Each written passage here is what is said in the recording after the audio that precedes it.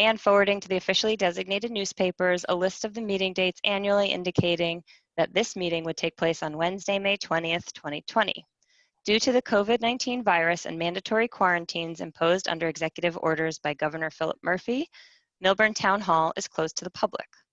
A supplemental notice was given in addition to the annual notice due to the transformation of this meeting into a remote virtual meeting.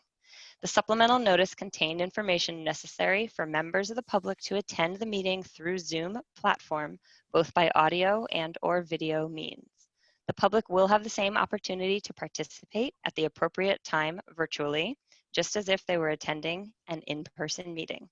The supplemental notice was posted on the Millburn Township website, Millburn Town Hall Bulletin Board, and Millburn Town Hall front door. Supplemental notice was also forwarded to the official newspapers, submitted to the Township Clerk, and posted in the item on May 7th, 2020. Thank you. For roll call, please. Daniel Baer, Here. Diane Eglo, Here. Gaston Halpert, Here. Jorge Mastro Pietro, Here. Mark Matzel, Here. Tara Prupus, Here. Joseph Steinberg, Here. David Morrow, Here. Shanok Tana, Here. Vice Chairwoman Miriam Salerno, Here. Chairwoman Bensel. Here. Thank you. It's lovely to be seeing everybody this evening. Just a moment before we jump into our agenda. Just want to thank everybody for their patience and for not just members of the board, but also the members of our public who are participating tonight, as well as applicants and their attorneys. It's not easy to do this, and we appreciate everybody's patience, especially the leaders tonight, Nicole and Eileen, who are running the technological know-how. So thank you, especially to you. Sorry? We're good. Okay. So that said, the way it's going to work tonight, the members of the planning board are in what are labeled panelists, and everybody else participating in the meeting is currently listed as an attendee. If you need to raise your hand, there is a button to do that. I can just simply walk you through it. In the bottom of your black screen, if you see the main screen on the center, you should see a participants button. If you can choose that, and you see, I think as an attendee, you would see participants over to the right. And if you don't, at that point, you should see a circle or a rectangular button that says raise hand. So you'll be able to raise your hand should you want to make a public a question or testimony. I guess if you have, and if you're, the other item I wanted to mention is if you're joining by the phone only and want to raise your hand, you can do that by pressing *9, and then just wait to be called on, and we'll call you probably by your telephone number if that's how you're listed, or if your name shows up, we'll call you by that. And with that, please, we're all going to be working through this together, so please do, raise your hand to ask questions as needed. As always, our stenographer works best when we speak one at a time, and Zoom works best when we speak one at a time, so we can hear one another. So let's continue as usual to keep our normal decorum. We're going to move into our first order of business tonight, which is the approval of the minutes from March 4th, 2020. They were distributed electronically. Did anybody have any comments or edits to the minutes from March 4th?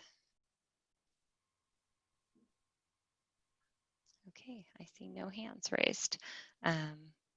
Anybody, I think actually we had a nice large attendance. Anybody who is at that meeting and has reviewed the minutes like to make a motion to approve? Diane, I believe, made a motion to approve. Diane, you could come off mute if you want, that's fine. So moved. Thank you. Jorge. And Jorge, did you second? Yeah. Thank you. So we're going to do, are we going to do all in favor? That's going to be hard to do via Zoom, but should we do thumbs up if we're all in favor so we can literally see everybody, Eileen? Would that help you? Sure. Okay, all in favor, thumbs up. All opposed, thumbs down. Okay, we're back to third grade, so this is good. Okay, thank you. It works. Okay, moving on to our next order of business, which is application 19009, 40 East Willow, a request for extension of time to perfect subdivision. I believe this is Mr. Kaplonsky. Oh, he's in. Okay, thank you for bringing him in, Eileen. And Michael, you may come off mute as you're ready. Thank you. Hello. Welcome. There we go. Look at this. I'm honored to be the guinea pig in all of this. Good evening, Madam Chair, and you can add tech support to your list of titles. Ladies and gentlemen, members of the board, thank you for all of your efforts to accommodate us and keep this process moving despite all of our current challenges. As most of you probably recall, I was actually before you at our very last meeting, your very last meeting in March, at which time you very graciously had given us until March 20th to take care of obtaining the final approvals of all the documents necessary to perfect the subdivision that was approved as part of application 19-009. That extension ran through the 20th of March. Unfortunately, very shortly after that meeting, the governor declared a state of emergency, and subsequently on March 16th, Essex County closed its window at the Office of the Register of Deeds. And so it became impossible, despite Mr. Buzak and Ms. Callahan doing a great job of processing everything and getting us the approvals, it unfortunately became impossible to get those deeds recorded. So we now have approved documents, and I guess offline I can work with Ms. Davitt to get her signature and Ms. Zal yours as well. But I respectfully, in light of the sort of historic circumstances and the exceptional challenges that we faced in getting this done, I respectfully request another extension of some reasonable amount of time. And Mr. Buzak, if you have an opinion on what's reasonable under the circumstances, I'm certainly open to it, but would respectfully request an additional extension so we can get these approved documents signed by the necessary people at the township and then get them over to Essex County. If I might, Madam Chair. Please. We spent a considerable amount of time getting the documents in order, and what Mr. Kaplonsky has said is accurate. I would hate to see him have to come back here one more time to ask for an extension just to record these documents, get them signed by you and by Eileen. So I would, let me ask Mr. Kaplonsky one question. Do you know if the registrar is accepting deeds for recording now? I do not believe they are today, but they will be very shortly. A number of things in Essex County are opening in the next several days. I would recommend that we extend the time to June 30th. That will give us the 2 meetings in June. If the second meeting there's some need to extend the time further, we can do that. But this is just a matter of paperwork. It's nothing else. It's administrative, and there's no need to hold Mr. Kaplonsky's feet or his client, Mr. Kaplonsky or his client's feet to the fire, because this is for his benefit. He's trying to do this as quickly as he can, and if he's unable to do it, it's not through lack of trying. So I would recommend. Okay, Ed, can I jump in and actually question whether we should actually put a date, or should we say, 30 days from the reopening of, because, we expect it in a week or we expect it in a couple of days, but we're not actually sure when it is. Would it make more sense to say, within 4 weeks or a certain number of 30 business days of reopening of the offices required?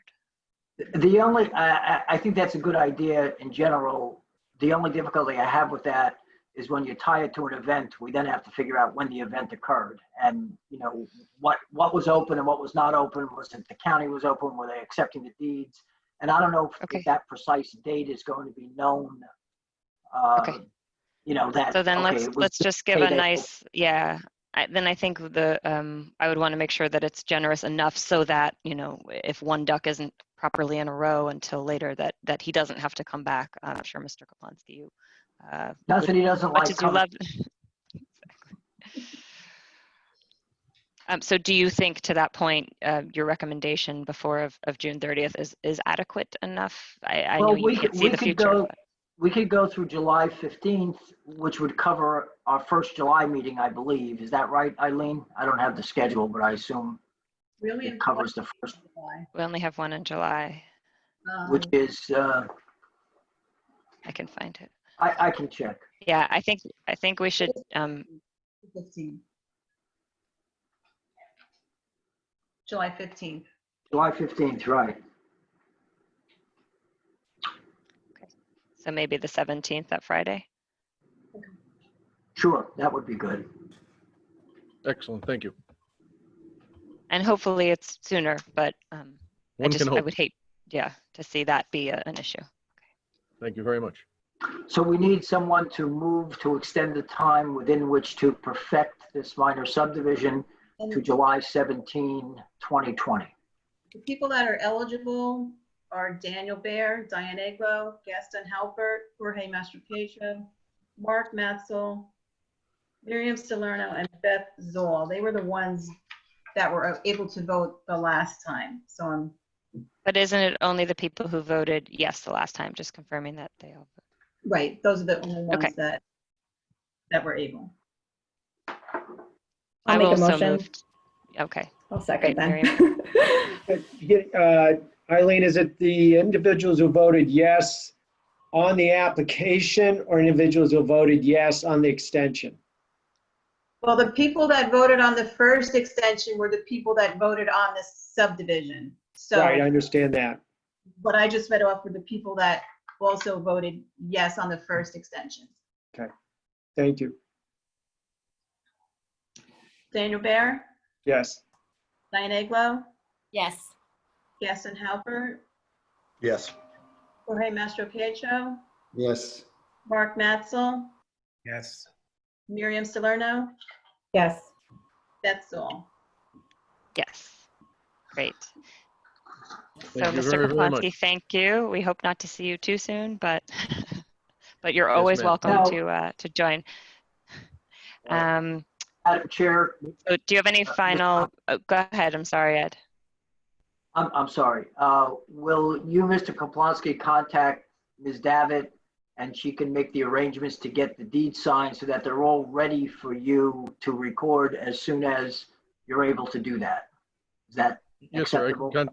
I can contact Ms. Devitt tomorrow and we can work out a process to get them around the loop. Good, thank you. Thank you very much. Thank you all. Thank you. Stay safe. You too. Okay. Thank you. Okay, our next item of business is application 20001 JCP&L. It's for site plan approval with variance. We've received these plans as well as additional photographs and site plans more recently. So you may have it in two places. You also have it electronically available as circulated by Eileen. We'll be bringing in their attorney. Their attorney is John Bio, and I don't see him here. I know Dennis Keenan is with JCP&L, Juan Alvarado, and Carol Bianchi, but I don't know where the attorney is, unless this is. If you bring at least somebody from their representation in, and then they can hopefully. Well, Valley View Chapel is raising their hand, so I'm going to see if that's. Great.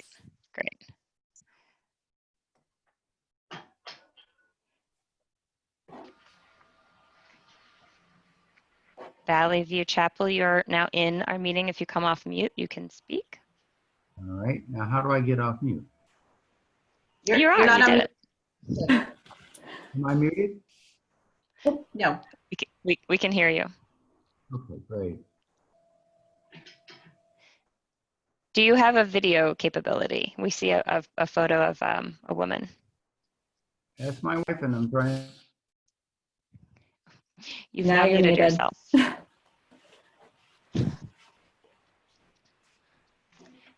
I think we might be able to unmute for them, right? Okay. Yep, there we go. Okay.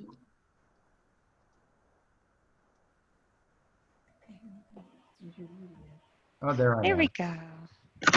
Yep. Okay. Very good. Hopefully, my witnesses are on hold at the moment, ready to join. I have Juan Alvarado from JCP&L, Molly O'Connor from Black and Beach, and Dennis Perillo from Dennis Keenan from French and Perillo. Thank you. And since your name is not listed underneath you, can you state your name for everybody's benefit, Sure. please? My name is John Beyel, B-E-Y-E-L, and I'm an attorney with the firm McElroy, Deutsch, Mulvaney, and Carpenter, and we represent JCP&L in the application this evening. May I proceed? Please, thank you. Okay.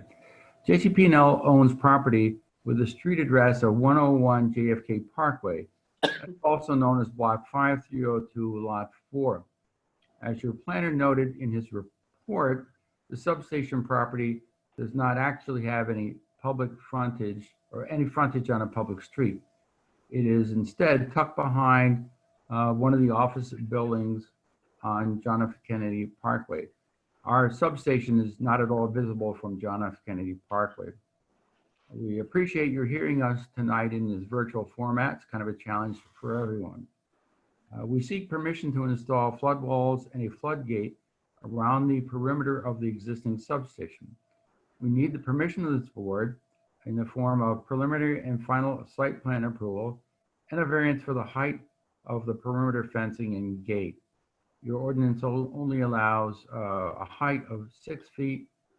The present fence is 8 feet.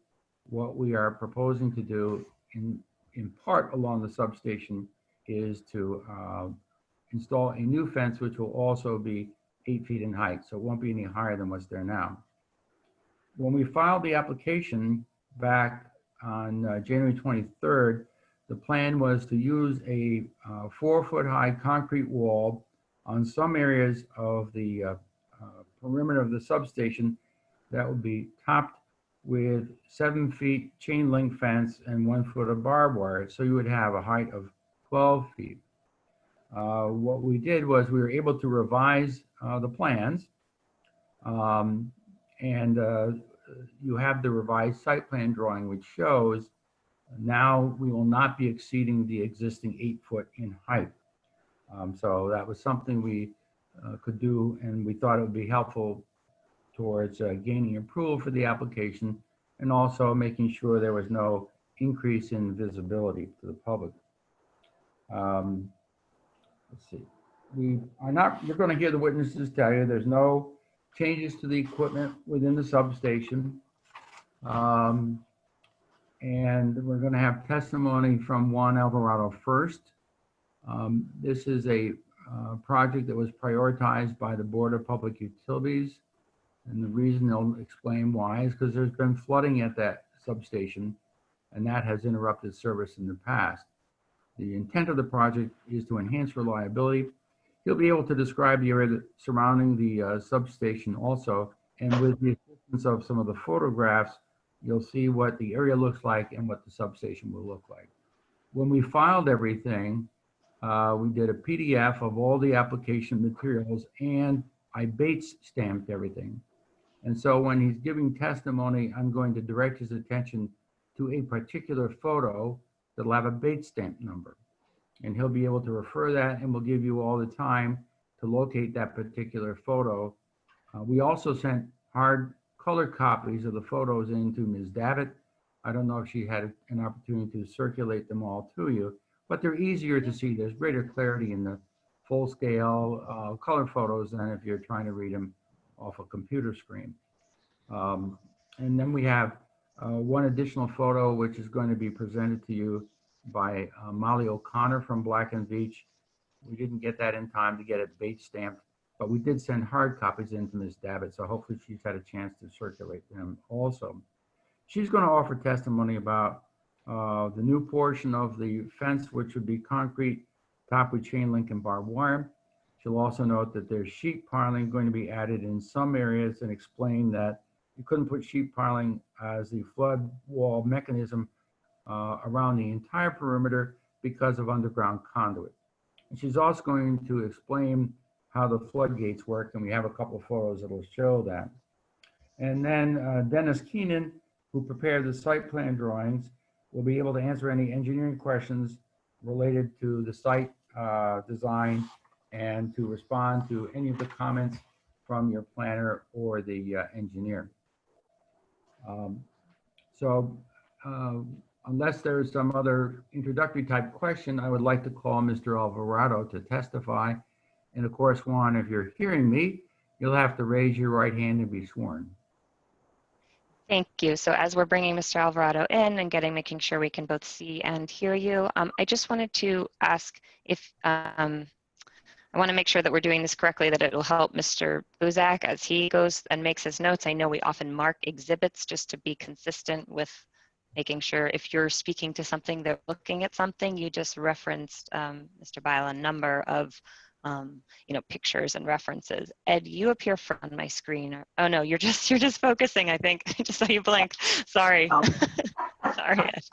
That's a trick I learned a long time ago. Sorry. Yeah, we will, when I draw Mr. Alvarado's attention to a photo, I'm going to give him the specific Bates number so that you'll all have a moment to, and I'll ask him to hold his answer until you actually have a moment to put that particular Bates numbered photograph in front of you, so everyone will be looking at the same thing at the same time. And if our engineer Dennis Keenan can do it, he's also going to try to put those photos on the screen. So if you could. So in order for him to be able to display something, you said his name is Dennis Keenan? Yes, Dennis Keenan. Okay. He should be able to display them on the screen, but even better will be the hard copies that you already have. Before he begins, I have a question. Did I understand that the application for the height of the fence variance has been withdrawn? No, it's an existing 8 feet fence and we're replacing it. But the ordinance at section 609.6 says that fences are not to exceed 6 feet in height. So we thought, after communicating with your professionals, that it would be appropriate for us to ask for a variance. We're essentially replacing the fence with another fence in part that will be 8 feet in high. It won't be any taller, but because it'll have a concrete wall for the first 4 feet, it'll be a bit different. We thought it was appropriate to ask for a variance. So we need preliminary and final site plan approval, and we thought it appropriate to ask for a variance due to the height of the fence. Thank you. Okay, so let's continue procedurally. Have you swear in your first witness, and then after we do that, I would like to test Mr. Keenan, maybe your capability to screen share, but first let's swear in the witness. Mr. Alvarado, raise your right hand, and I guess Mr. Buzak will swear you in. No, Mr. Fishman will swear you in, our court reporter who's on the screen. Very good. Do you swear affirm the testimony you're about to give in tonight's proceedings to be the truth, the whole truth, nothing but the truth? Yes, sir, I do. Just state your name, spell your name for the record. Juan Alvarado, Alvarado. Mr. Alvarado, would you furnish the board with your address, please? Sure. My JCP&L address is 101 Crawford's Corner Road in Humdale, New Jersey. And can you tell the board something about your educational background? Yes, sir. I have a bachelor's degree in electrical engineering from the City University of New York. Achieved that in 2002. Also have a graduate certificate in power system and management from Worcester Polytechnic Institute in Massachusetts in 2004.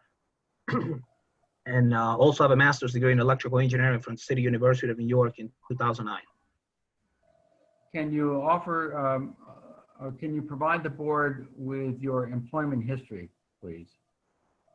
Yes, sir. I've been employed by JCP&L for approximately 15 years. My current title is Supervisor of Engineering Services for the Relay and Distribution Generation Department. The relay group is responsible for the protection and stability of the electrical network in JCP&L. And the DG group is responsible for all the DER interconnections across our service territory. But throughout my 15-year career, I'm sorry, sir. What is a DER connection? You referenced DER is distributed energy resources. So it basically accounts for all the renewable, non-renewable type of interconnections that come into our system. All right. Like solar, like photovoltaic type of application, or wind type of application, or any new gas turbine that is seeking to interconnect to our system. So those type of DER interconnect. Now, what has been your responsibilities within your career at JCP&L? So over the past 15 years, I've been basically involved with a lot of different projects, but more specifically with flood mitigation in 2014 to 2016 timeframe. I was directly involved with the developing and implementation of JCP&L flood mitigation program, also known as BPU 58 directive. And in 2016, I completed a project in Monmouth Beach Township, very much like this one that we're presenting tonight, which involved sheet piling, concrete walls, and a floodgate. And back then, I testified in front of the Land Use Board to obtain approval for that project. And if you would describe the involvement of JCP&L with the Board of Public Utilities regarding flood related projects. So yeah, so as most of you are aware, so last year, JCP&L and the Board of Public Utilities reached a settlement agreement for a 2-year program to enhance reliability and harden the electrical system. So this program is known as the Reliability Plus, or the Infrastructure Investment Plan, also known as IIP for us. So under the IIP program, JCP&L agreed to install flood mitigation measures to make substations less susceptible to storm damage. Part of the reason for this agreement was significant storms that we have, that have impacted our customers over the past few years. Those storms included Hurricane Irene on August of 2011, and also Superstorm Sandy from October of 2012. So as part of the IIP plan, we agreed to complete 2 additional flood mitigation projects within JCP&L. So the order prioritized 2 substations. One is Sussex and the other one is Canoebrook. The Sussex project was completed last year, and we're basically here tonight to talk about the Canoebrook project. Now, do you happen to know how long Before- the Canoebrook substation Apologies. has been there? Sorry, before we continue, I just want to clarify, because you just had him give credentials. Is he testifying as an engineer, or is he testifying as a representative of JCP&L? Both, I apologize, I'm getting confused before we keep going. No, he is testifying as a professional engineer for JCP&L rather than an independent expert. Thank He you for has- clarifying. And is Mr. Alvarado licensed in New Jersey? As No, an- I'm not. Okay. And I just want to confirm with our attorney if that's acceptable. Well, I think that if he's not licensed in the state of New Jersey, he can't testify as a licensed engineer in the state of New Jersey. He can testify based upon the background that he has, but we can't accept him as an expert engineer when he's not licensed in the state and can't practice engineering in the state. Okay, May we proceed? please. Okay. Mr. Alvarado, approximately when was the Canoebrook substation, that's what it's called, when was that first operational? Okay, so our company records show that the Canoebrook substation property was purchased in 1956. So I would expect the substation became operational shortly thereafter. And what is the purpose of a substation? Just in general, not uniquely this one, but in general, what's the purpose of a substation? Okay, so the primary function of a substation is to basically transform, like in this case will be reduce voltage from high voltage transmission lines down to a lower voltage that can be it can be divided into multiple circuits and send down local roadways to supply power to the end user. So the end user could be a residential, commercial, or an industrial customer. Can you describe briefly the area that surrounds the substation? And in a few minutes, I'm going to direct your attention to some photos, but just for the moment, generally describe who is served by this substation. Sure. So Canoe Brook substation serves approximately 311 customers. That's a mix of residential and commercial accounts, including the Shore Hills malls, which basically accounts for 50% of the load connected to the substation, the Hilton Hotel, and other office buildings across from the mall, as well as residential customers south of Highway 24. But altogether, we have 311 customers connected to this particular substation. Can you briefly describe, can you identify the equipment within the substation and briefly describe what each piece of equipment is utilized for? So Canoe Brook sub specifically consists of 2 incoming voltage transmission lines, basically rated at 34,500 volts. And we also have 2 step-down transformers that reduce the incoming voltage down to, like a medium voltage type of voltage that can be distributed to distribution customers at 4160, we call it kV. And we also have 4 distribution breakers which serve the customers around the substation. Also, we have electromechanical relays that isolate faults at the distribution feeder level, and communication equipment that brings real-time data back to our control center in Morristown. And although I suspect many members of the board don't need to be reminded of this, would you just for the record talk about some of the significant flooding events which had occurred at this substation and the impact of those flooding events upon your customers? Yes, sir. So during Hurricane Irene in August of 2011, rain seriously flooded the substation.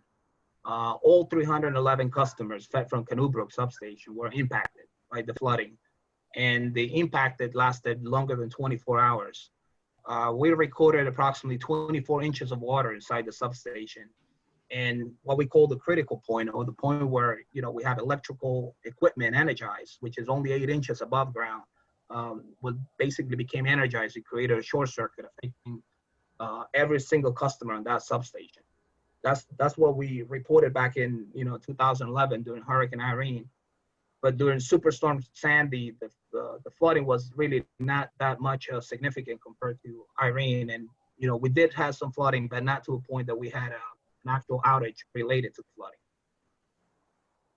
Now, when the water eventually recedes from the substation, can you immediately turn the equipment back on?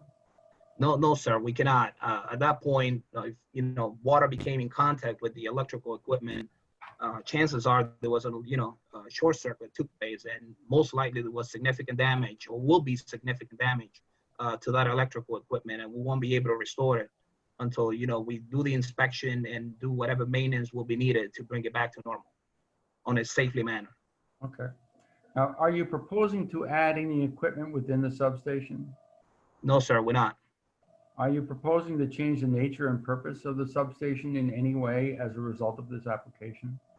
No, sir, we're not. There will be no expansion or intensification of the operation of the substation. The only thing that we are proposing is to add a flood protection, at a height of 4 feet above ground level, basically surrounding the perimeter of the substation through the use of sheet piling, concrete walls, and a floodgate.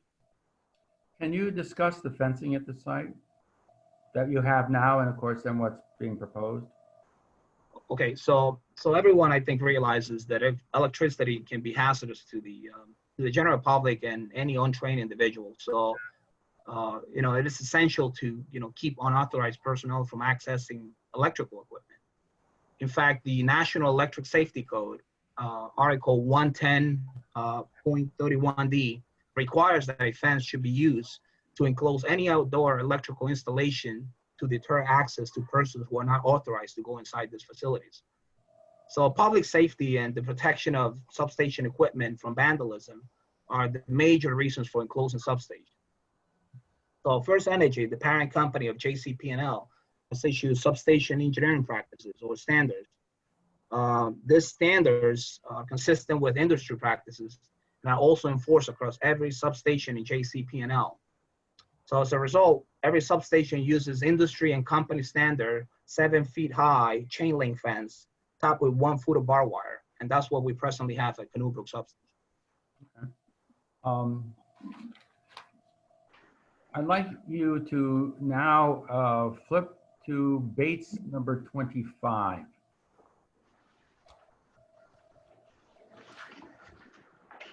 What And- will, Go ahead. if I might, what we'll do is, rather than use the typical exhibits markings that we use, which is A1, A2, A3, and so forth, we'll use these Bates numbered documents, and since they're all sequential, we don't have to put a prefix on them. So I will refer, and I asked Mr. Bile to refer to them just by Bates number, and this was number 3, you said? I'm sorry, I couldn't. I'm directing his attention to Bates number 25. You'll see in the 25. there's a drawing 3 on it. It's really the base number, which is the important thing for the moment. Right. Okay, that's fine. Okay, Mr. Alvarado, that happens to be up on the screen now also, in case someone else from the public is viewing this who wouldn't have had access to the photos that the board members do. Utilizing that photo, can you describe the location of the substation and the surrounding area? Yeah, so basically the substation is kind of located right in the middle of that picture. You can barely see what it says, but right there where you have those coordinates shown, right there, right where the hand is. So it's right in between the Canoe Brook Reservoir, the commercial buildings that you see directly beside that, the Hilton Hotel, which is over to the left, and the Shore Hills Mall, which is way to the south. That's pretty much the customers or the commercial customers surrounding the substation. And as you can see, there's really no direct access to John F. Kennedy Parkway. So it's a quite a distance away from the main roads. Okay. Now, sir, I would like you to look at the photograph that was identified with Bates number 35. And let's give everyone a moment to locate that photograph.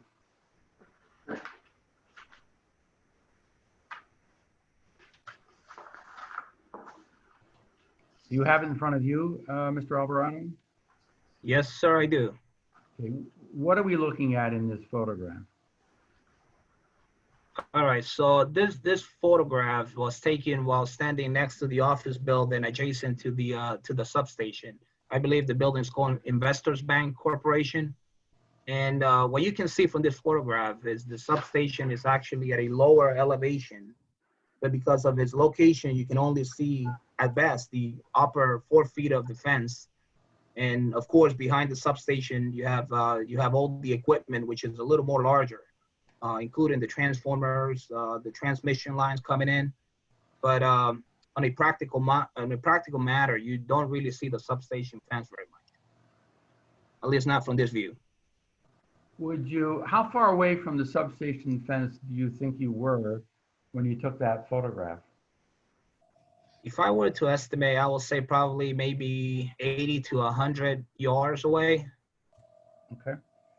I'd like to direct your attention now to the photograph identified as Bates 36.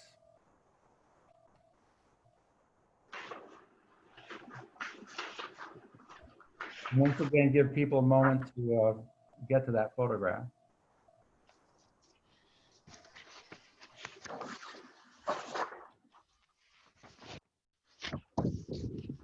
And can you tell the board approximately how far from the substation itself you were when you took the photograph marked as Bates 36? I will say probably anywhere between 120, 130 yards. And this photograph was taken by the tennis court. And basically from here, you can't really see the substation very much. You can still see the pond, but you can hardly see the substation fence from this location, which is kind of like directly opposite to the tennis court that we have at the main entrance. Okay, and then if you would direct your attention to the photograph identified as Bates 37.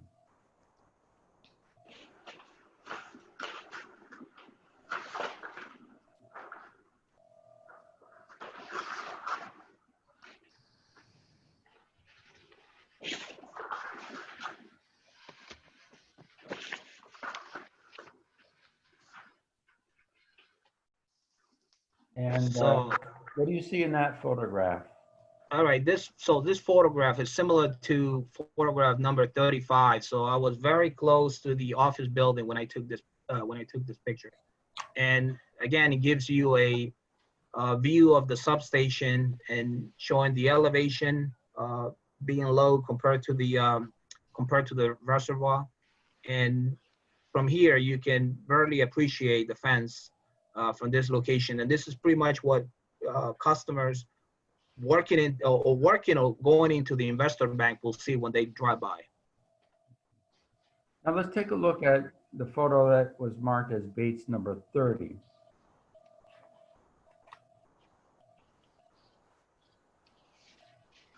Just take a moment to get to it.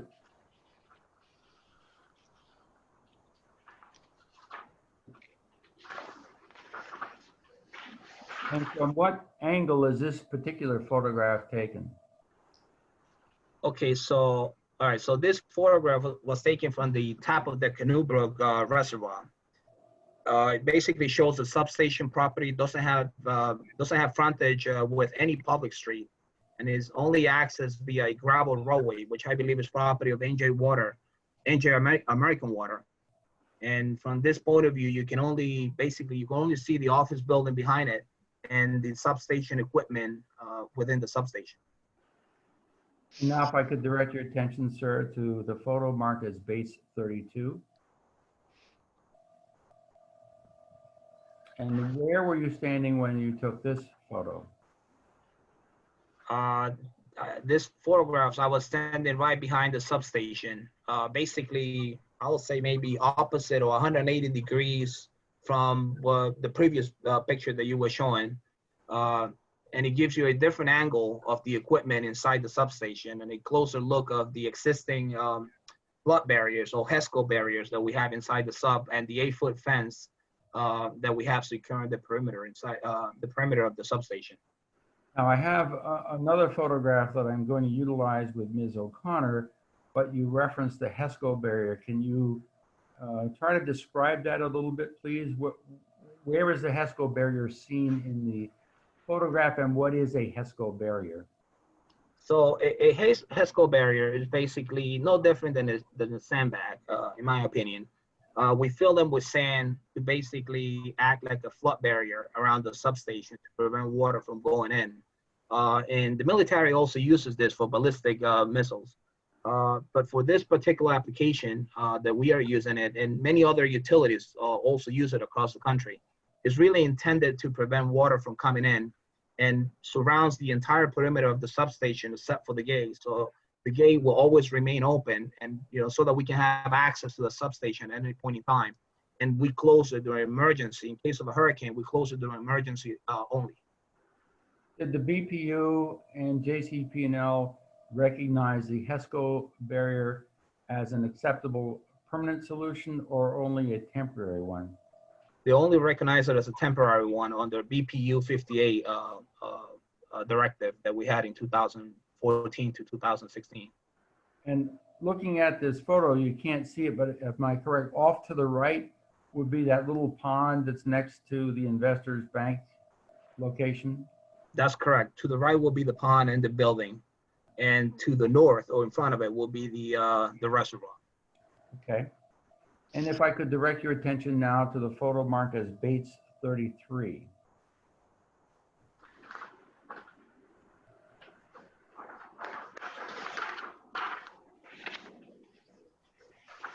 Give people a moment to locate that one.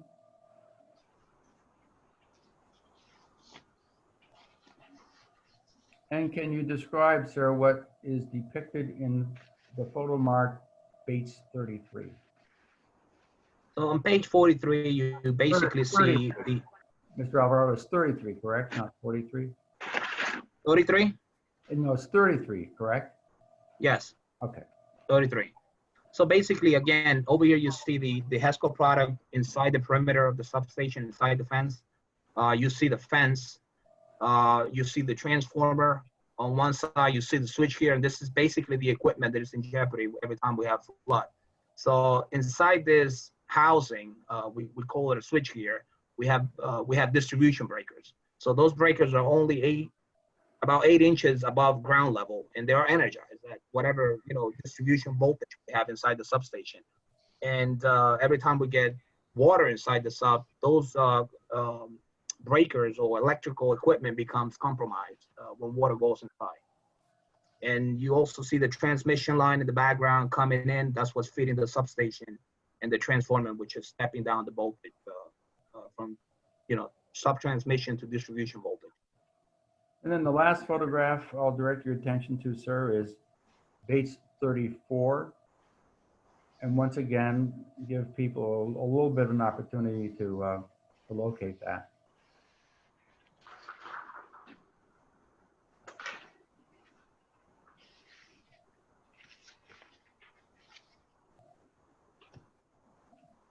Do you happen to know, perhaps it's not your area of expertise, but Mr. Alvarado, do you happen to know what that tall grass is called that's between the reservoir and the substation itself? No, John, I do not know. Okay. But you've been in the field. Is it actually as tall as the substation fence itself? It could be just as tall, yes. Last time I was there, I remember seeing it grows pretty high. And just for the record, then briefly describe what is depicted in the photograph identified as Bates 34. So basically, this is another view of the substation taken from the Canoe Brook Reservoir, showing the equipment inside the substation and the access road that we normally use when we come inside the substation. And you can see a car, I guess, parked on the side, so that the access road is directly behind it. And you still see the transmission lines coming in, and you see some of the equipment inside the substation, as well as the building behind it. Are there any, from the perspective of JCP&L, are there any timing considerations for this project? Yes, sir, absolutely. I mean, the objective for us is to have this project completed and the permanent flood wall system in place before the worst of the hurricane season. As you probably already heard the news, experts agree that the 2020 hurricane season will be above average and maybe even extremely active compared to other years. So we would like to have this project completed, as soon as possible. Thank you, sir. I have no further questions of Mr. Alvarado. Thank you. Is it possible to stop sharing the screen for a moment so we can see the board among us? Because I want to see if anybody, thank you. If anybody has a question for this witness, please raise your hand so I can see you. When I say anybody, I mean among the planning board. Or a comment on, okay, Diane, yep. So 311 customers, does the mall count as one customer and the Hilton one customer? And that's correct. So the mall will be considered just one single customer. However, the mall itself accounts for, like I said before, accounts for 50% of the load.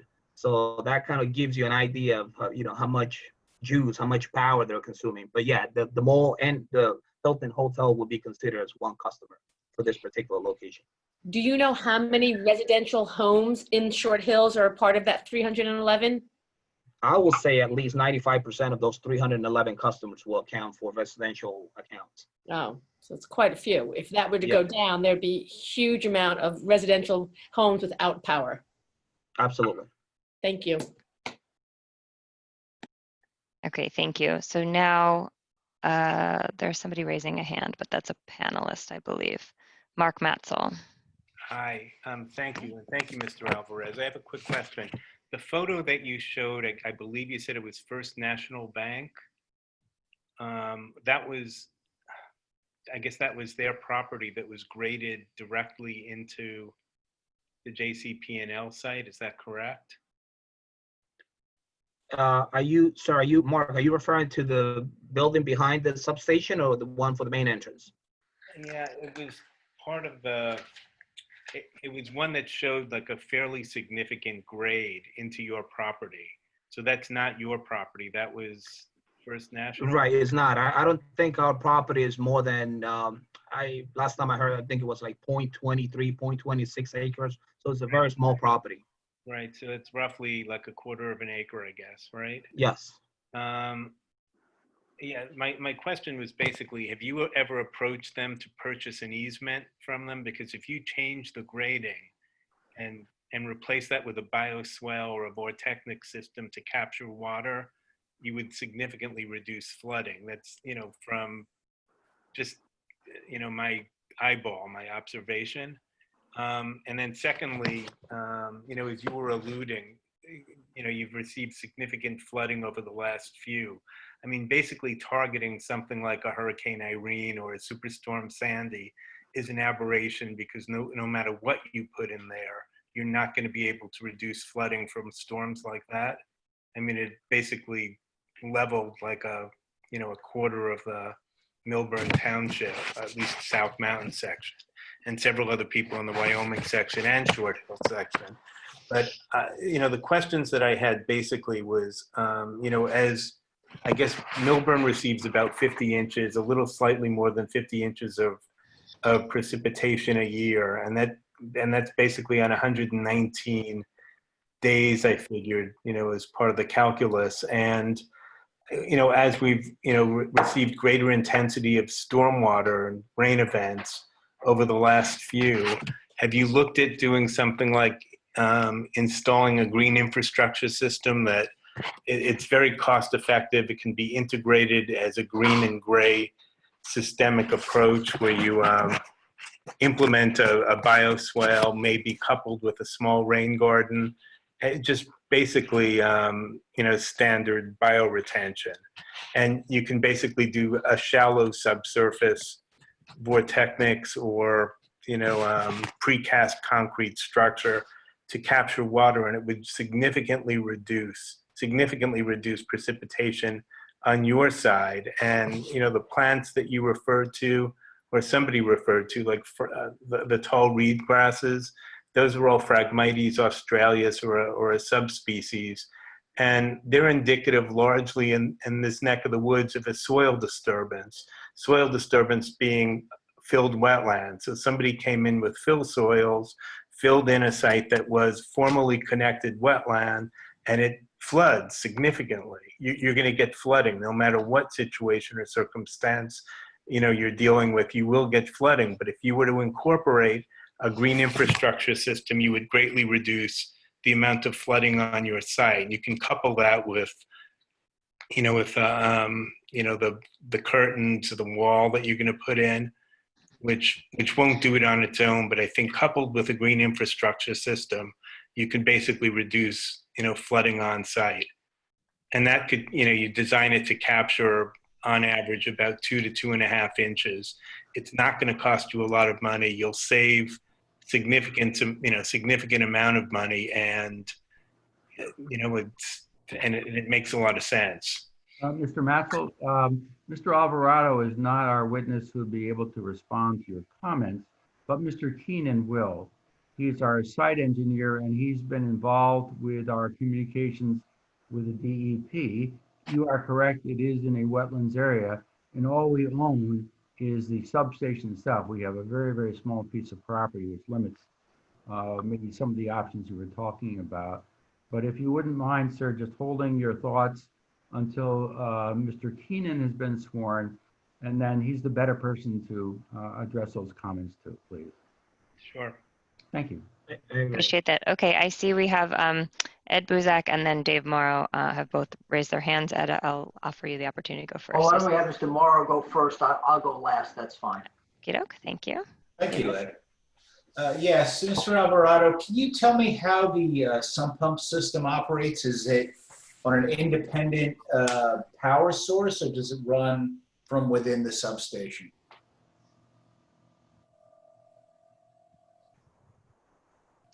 Juan, you're muted.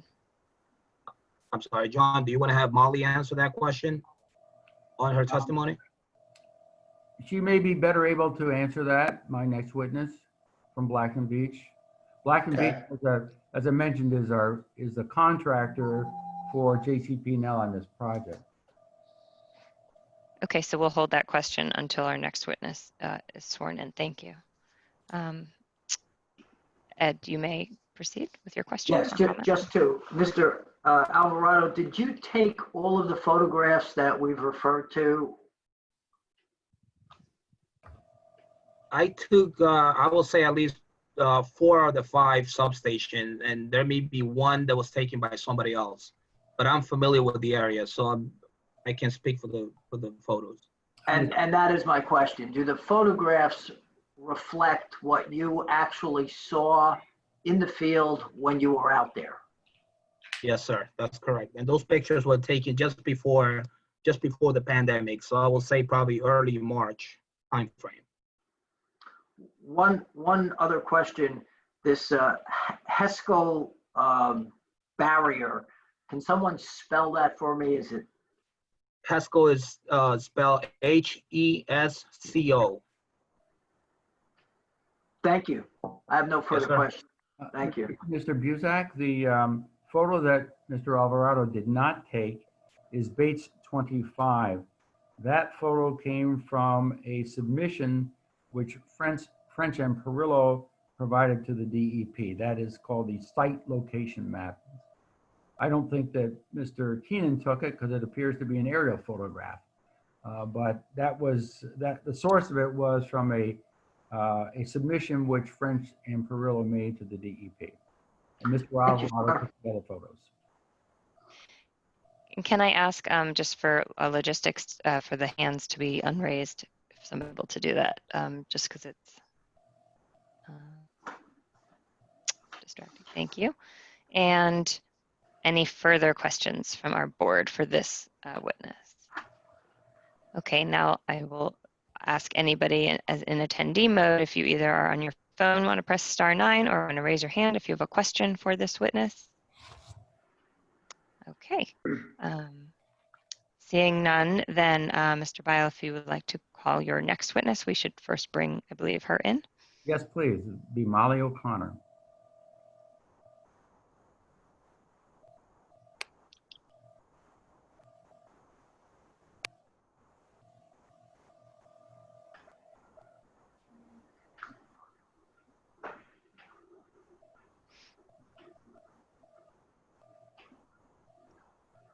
Good evening. Everyone, good evening. Ms. O'Connor, would you raise your right hand and be sworn by Mr. Fishman, please? Eric, you're muted.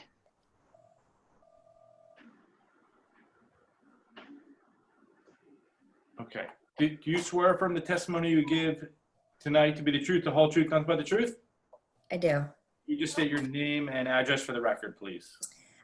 It's Molly O'Connor, and O'Connor. And my address for Black and Beach is 489 5th Avenue, New York, New York, 10017. Would you give the board the benefit of your educational background, please? Sure. I have a bachelor's and master's degree in civil engineering from the University of Kansas in 2003 and 2004. And you're a current employee of Black and Beach? That's correct. And Black and Beach is a contractor retained by JCP&L in association with this project? That's right, consulting engineer. Can you tell the board, please, what your employment history has been with Black and Beach? Sure. I've worked for Black and Beach for the last 11 years. I'm currently a project manager. I've spent my career working on flood risk reduction projects since Hurricane Katrina in New Orleans, working on the levees and flood walls there. And then in the Northeast since Hurricane Sandy throughout the area on this type of work. And then continuing after Hurricane Harvey and working on stuff in Houston now. And I also worked with Juan and JCP&L on the previous projects that he described that are similar. So Monmouth, Seaside Heights, Sussex, and then Canoe Brook. Okay. Can you provide an overview of the work undertaken by your firm in connection with the Canoe Brook project? Sure. So Juan talked about the temporary Hesco baskets, and Black and Veatch helped lay those out, the perimeter work, and those are temporary. So then we were hired to do the final design of the sheet pile and concrete walls, the fencing, and the gate design. Okay. Were you able to hear the testimony given by Mr. Alvarado? I did, yeah. And he offered an explanation of those Hesco, that Hesco barrier. Could you just reiterate that just a little bit, please? Sure. The Hesco barriers are plastic filled bags with sand, and they have a wire mesh around them. They're one indicated they're for temporary use. They degrade through UV lighting and over time, and so that's why they're a temporary flooding solution that you can use to protect yourself while you work on you know, a longer term design and construction. All right. I would like to direct your attention to a document, or actually a photograph. It is Bates number 28. So if Dennis, you could put that up on the screen and give people a moment to locate that photograph.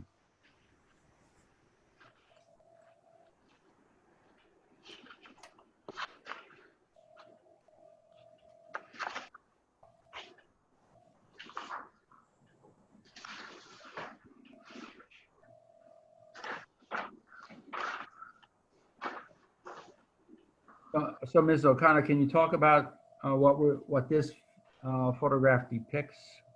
Sure. So the lower photo, you see the picture of the Hesco barrier. It's 3 feet wide and 4 feet high. So it's the same height of the wall of the permanent flood protection, and the white part in the picture is the sand filled in these, and the black part's the plastic, and then you can see the wire mesh. And can you now talk about what will be included as a part of the permanent flood protection system? Sure. So the permanent flood protection system will consist of sheet pile walls, integrated with concrete walls, and then the gate where the site accesses, there'll be a floodgate along that area. And the height of the material that is going to be utilized to protect the substation equipment from any flooding, is that universally at 4 feet? That's correct, yes. All right. Now, we didn't get a chance to bait stamp this photo, but I did provide some hard copies of 3 sets or maybe 4 sets of photographs to Ms. Davitt. I'm hoping that she had a chance to provide them to the board. They're just kind of illustrative. It's not critical to the application, but you can see them on the screen now. So I don't know, Mr. Buzek, how you would want to mark them because they are not Bates stamped. Well, why don't we mark them beginning with 1 and next one 2, because I don't think you're going to be marking items 1 or 2 that are Bates stamps. So right, we'll do it that way. Okay. So do you want to mark this one as 1? That'd be great. And then the next page is, it says concrete is tapered for runoff and climb prevention. That's the legend on the next one.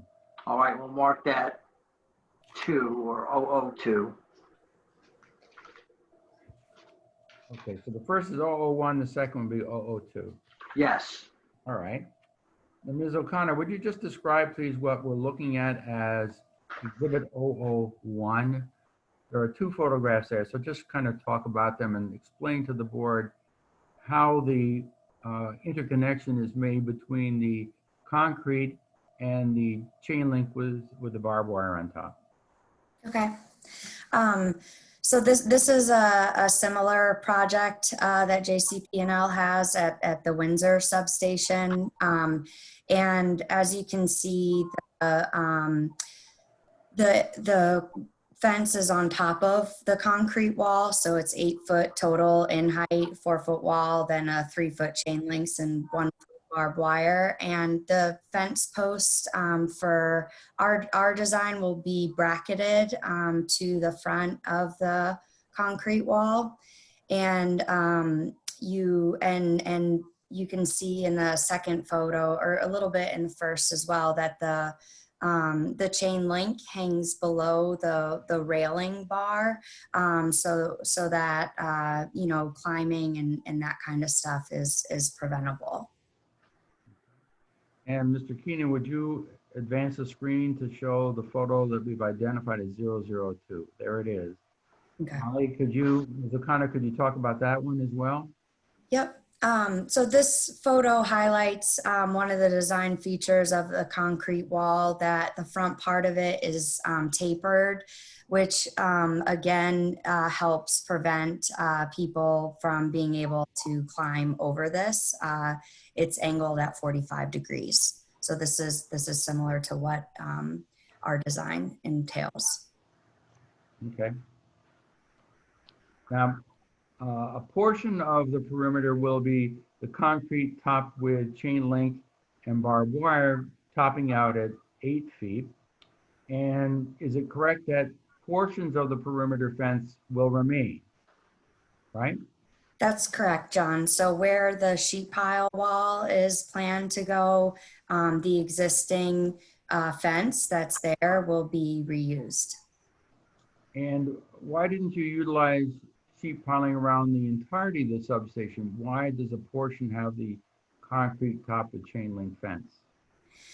Since this is the substation and has utilities running underground from it, the areas where we used concrete walls were areas where there was underground extensions, and you couldn't install the sheet piles into the ground without damaging those. Okay. Now let's talk about the floodgates. And perhaps I would draw your attention to Bates 40 and give everyone a moment just to locate that photograph. Okay.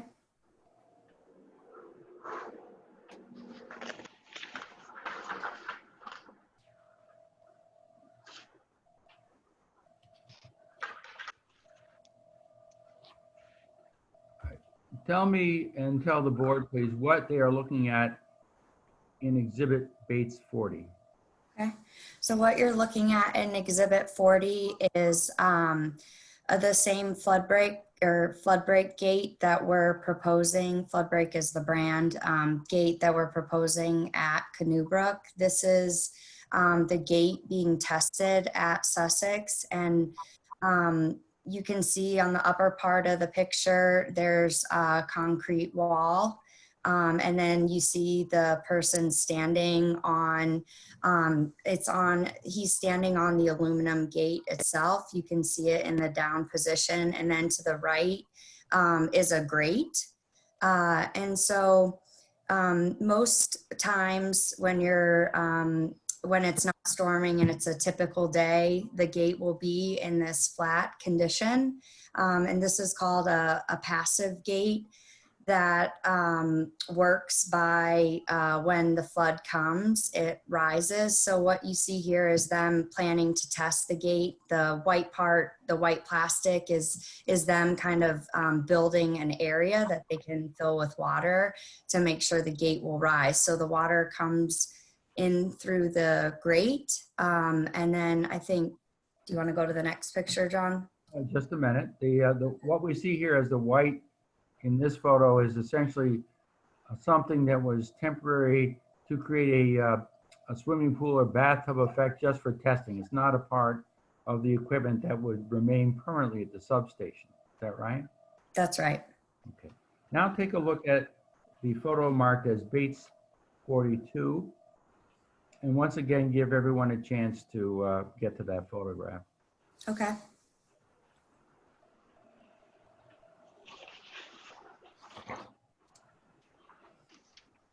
And what do we see in Bates 42? What you're seeing in Gates Plan 42 is that the water comes into that grate that I was showing you, and it fills a gate pan that's below the gate. And then the water pressure, this is an aluminum hollow gate, and the water pressure floats this up as the water level rises. And so you see the gate in the upward position from the amount of water that was used during this test. Now, does anyone actually have to be at the substation to push a button or something for the gate to put itself into the protective position? No, this gate doesn't require any manpower to deploy.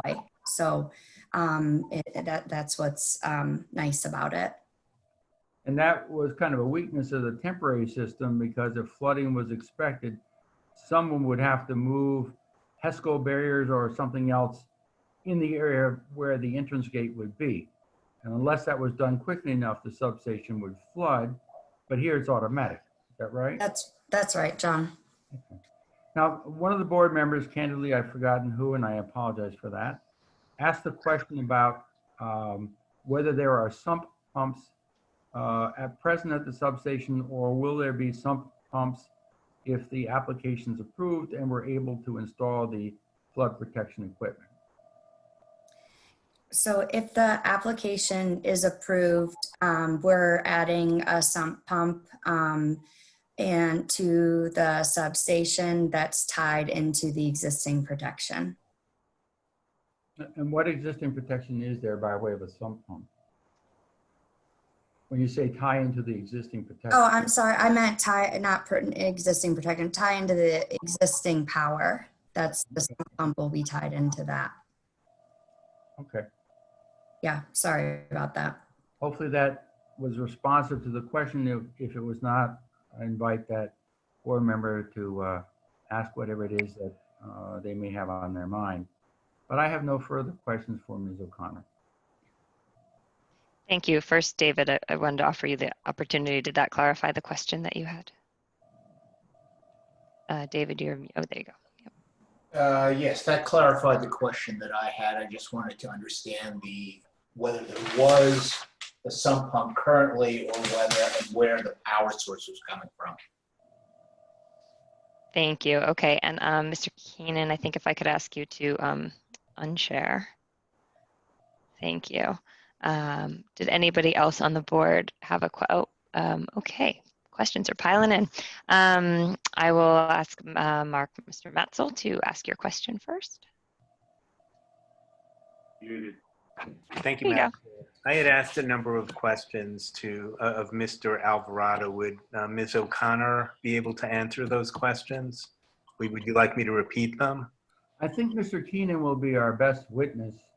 So if you wouldn't mind holding the questions for Mr. Keenan, if he doesn't give an answer that is adequate for you, Ms. O'Connor, I'm sure, is not going anywhere, and she'll make her best effort to.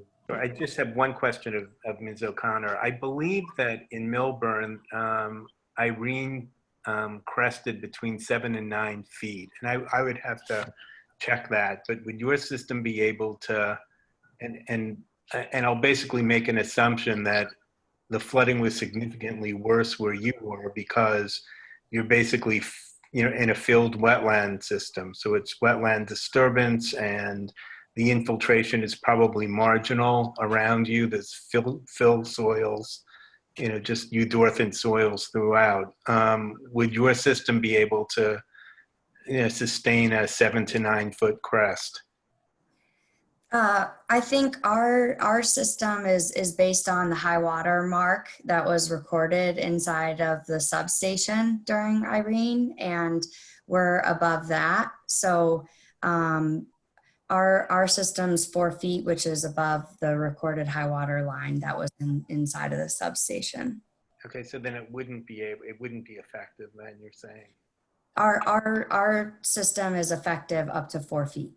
Okay, thank you. our level of protection. Thank you.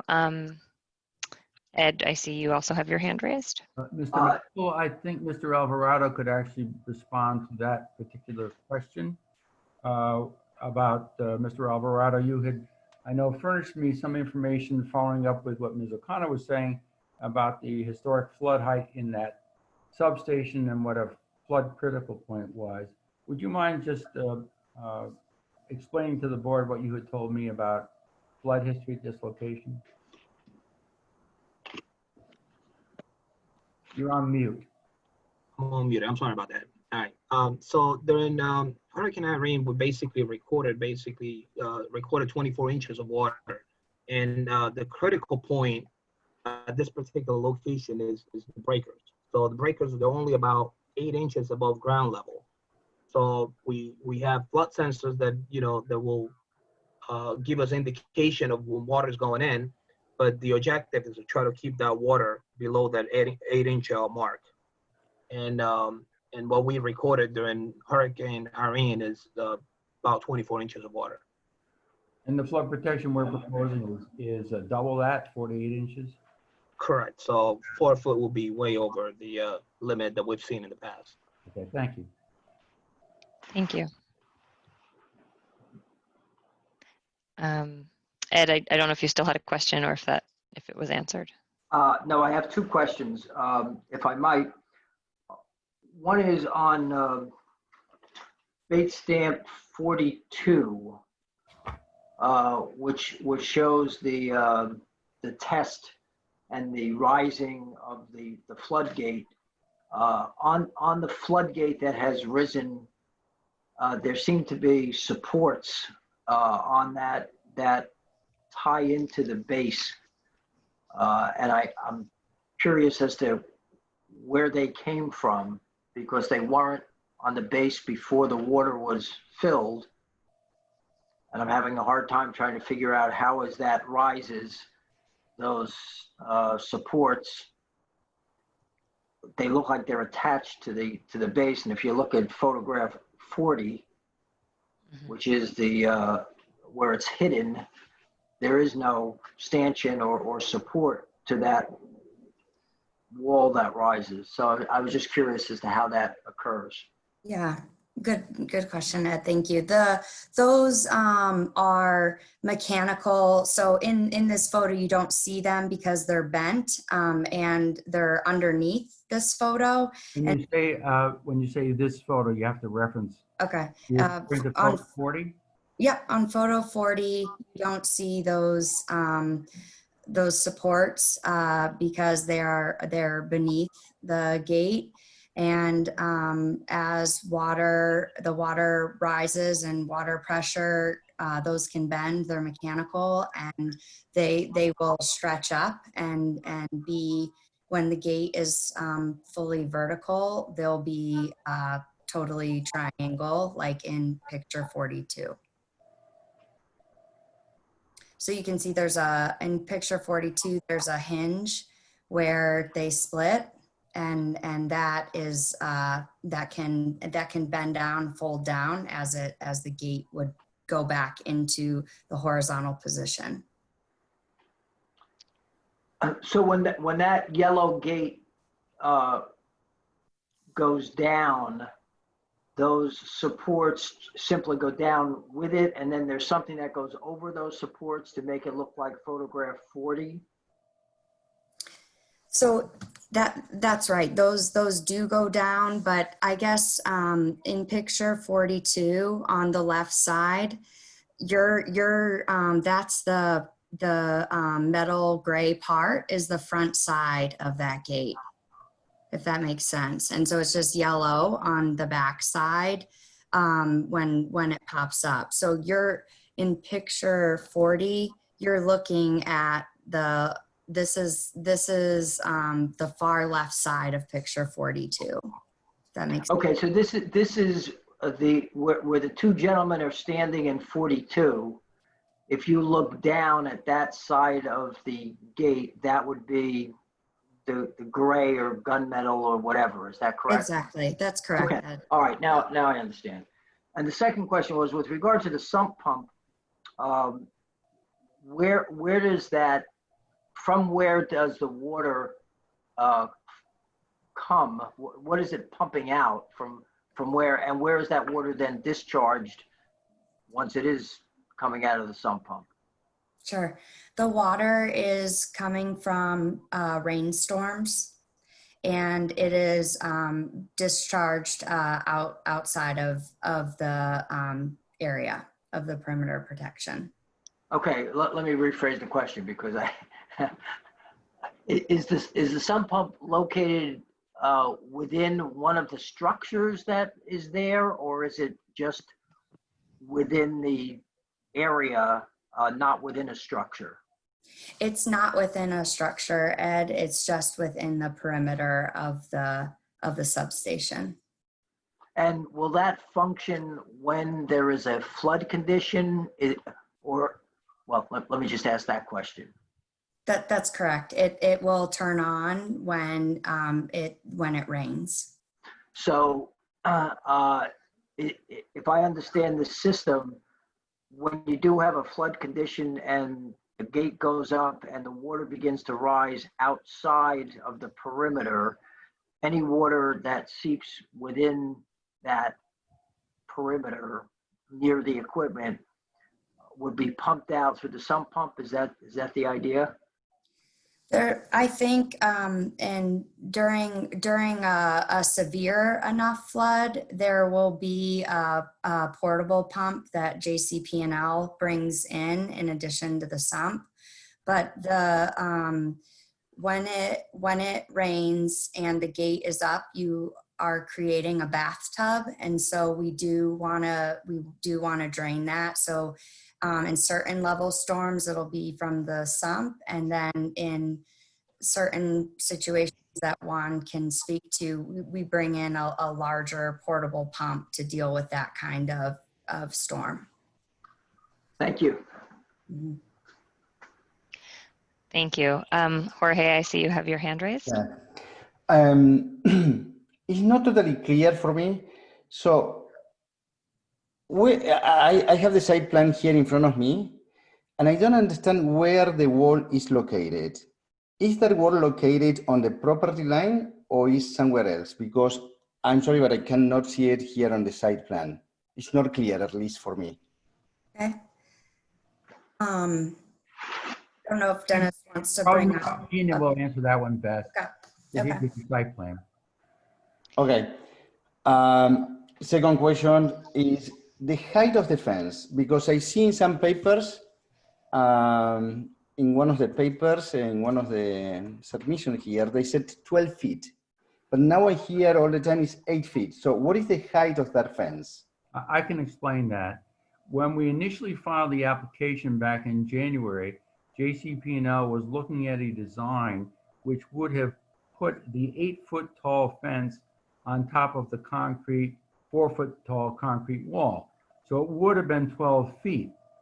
But we had some additional time, frankly, and we used that time to redesign it so that instead of having a chain link fence with barbed wire 8 feet above the concrete wall, they redesigned it just like the other substation Ms. O'Connor pointed out, where we put 3 feet of chain link on top of the concrete wall in a way that the concrete was tapered. No people who we don't want in the substation could stand on the concrete wall and get over the fence. It's how it's mounted on there. So they had done it before. They redesigned this project so that the maximum height now is 8 feet, just as the current maximum height. But you're right, the initial application showed it 12 feet. Okay, the revised drawing showed the change. Going back to my previous question, and is following up with the sump pump. The reason that I want to know where the wall is located, because I see here on the site plan again, the sump pump, and I don't get yet where the water is going to be discharged. It's going to be discharged on the neighbor's property, where? Because if we have a flood, where the water is going to be. That's the reason I was asking about where is the wall located. to understand if the sump pump is inside the wall or is outside. The sump is inside the wall, discharges outside the wall. Mr. Keenan has been working on the submissions with the DEP. He's probably going to be the best person I have to explain that. Okay. Okay, great. Thank you. Do we have other questions for Ms. O'Connor, this witness, from the board? Okay, and Jorge, your hand is okay. And then at this point, any questions from any attendees for this witness or anybody in the public? Okay, thank you. With no further questions for Ms. O'Connor, thank you. And Mr. Bile, I think you might want to call your final witness or next Yes, witness. I will. Thank you very much. It's Mr. Keenan. If you'd raise your hand and be sworn, sir. Do you swear from the testimony you're about to give in tonight's proceedings to be the truth, the whole truth, nothing but the truth? I do. Just state your name for the record, please. It's Dennis Keenan. Dennis is D-E-N-I-S, Keenan, K-E-E-N-A-N. And an address, Mr. Keenan? Oh, sorry, 43A Newburgh Road, Suite 100, Hackettstown, New Jersey. And could you please tell the board what your educational background is? Sure. I have a Bachelor's of Science in Civil Engineering from Virginia Tech. I'm a licensed professional engineer in the state of New Jersey, Pennsylvania, Maryland, and New York. I'm a certified floodplain manager, and I've appeared before numerous boards and been testified as an expert witness in the area of civil engineering throughout the state of New Jersey and in Pennsylvania. I submit Mr. Keenan has a credential to testify as our professional licensed planner. I mean, engineer, I'm sorry. Got ahead of me. Thank you.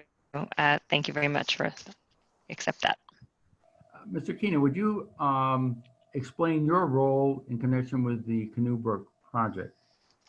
Sure. I was responsible for preparing the site plans for the project. The ultimate design of the system was by Black & Veatch, but we prepared the site plan drawings and the permit plans for the project. And then we were responsible for the submission of the permit applications to the applicable review agencies, which would include the township, and we included some of those submissions, Soil Conservation District and NGDEP. And just let's touch briefly on the Soil Conservation District. Did you file an application to the Soil Conservation District? Yes, we filed an application indicating that the project was under 5,000 square feet and essentially was under the guidelines of a Soil Conservation District review, and they gave us an exemption indicating their concurrence. Now, some of the questions raised earlier this evening, of course, acknowledge the fact that the substation is located in a wetlands area. Can you explain to the board what role you have had on behalf of JCP&L with respect to submissions to the DEP and the status of review by the department of those submissions? Sure. So as indicated, the project is located in a wetland area. And maybe what I'll do is if I could screen share again here, I'll go back to the site plan drawing that was submitted with the project. It's sheet 1 of 3. So I'm guessing we don't need to stamp this, but this is sheet 1 of 3, last revised 3/9/2020. Let me just make a point here. The application, the checklist, and all of those things all have Bates numbers. The site plan drawings do not, however, have Bates numbers because, frankly, I just couldn't do it. So it is one of the materials that we've submitted. It's your drawing, sir, last revised on March 9 of 2020. That is correct. And Mr. Buzak, what type of an exhibit number would you like to attach to it? Why don't we stay in sequence, and we'll mark this one 003, which is sheet 1 of the plans as described by Mr. Keenan. Thank you. Okay, Mr. Keenan, if you go ahead with that. Sure. So this plan shows the substation itself and the property in question. It's basically a 100-foot by 100-foot property. That's depicted. I'm kind of outlining it in this picture. Above the property is the access road, the gravel access road that's been discussed. And surrounding the property is this this line going around with the hatches, and you can see it goes across on the opposite side of the road. It wraps around kind of this left side of the building, and it comes all around the back.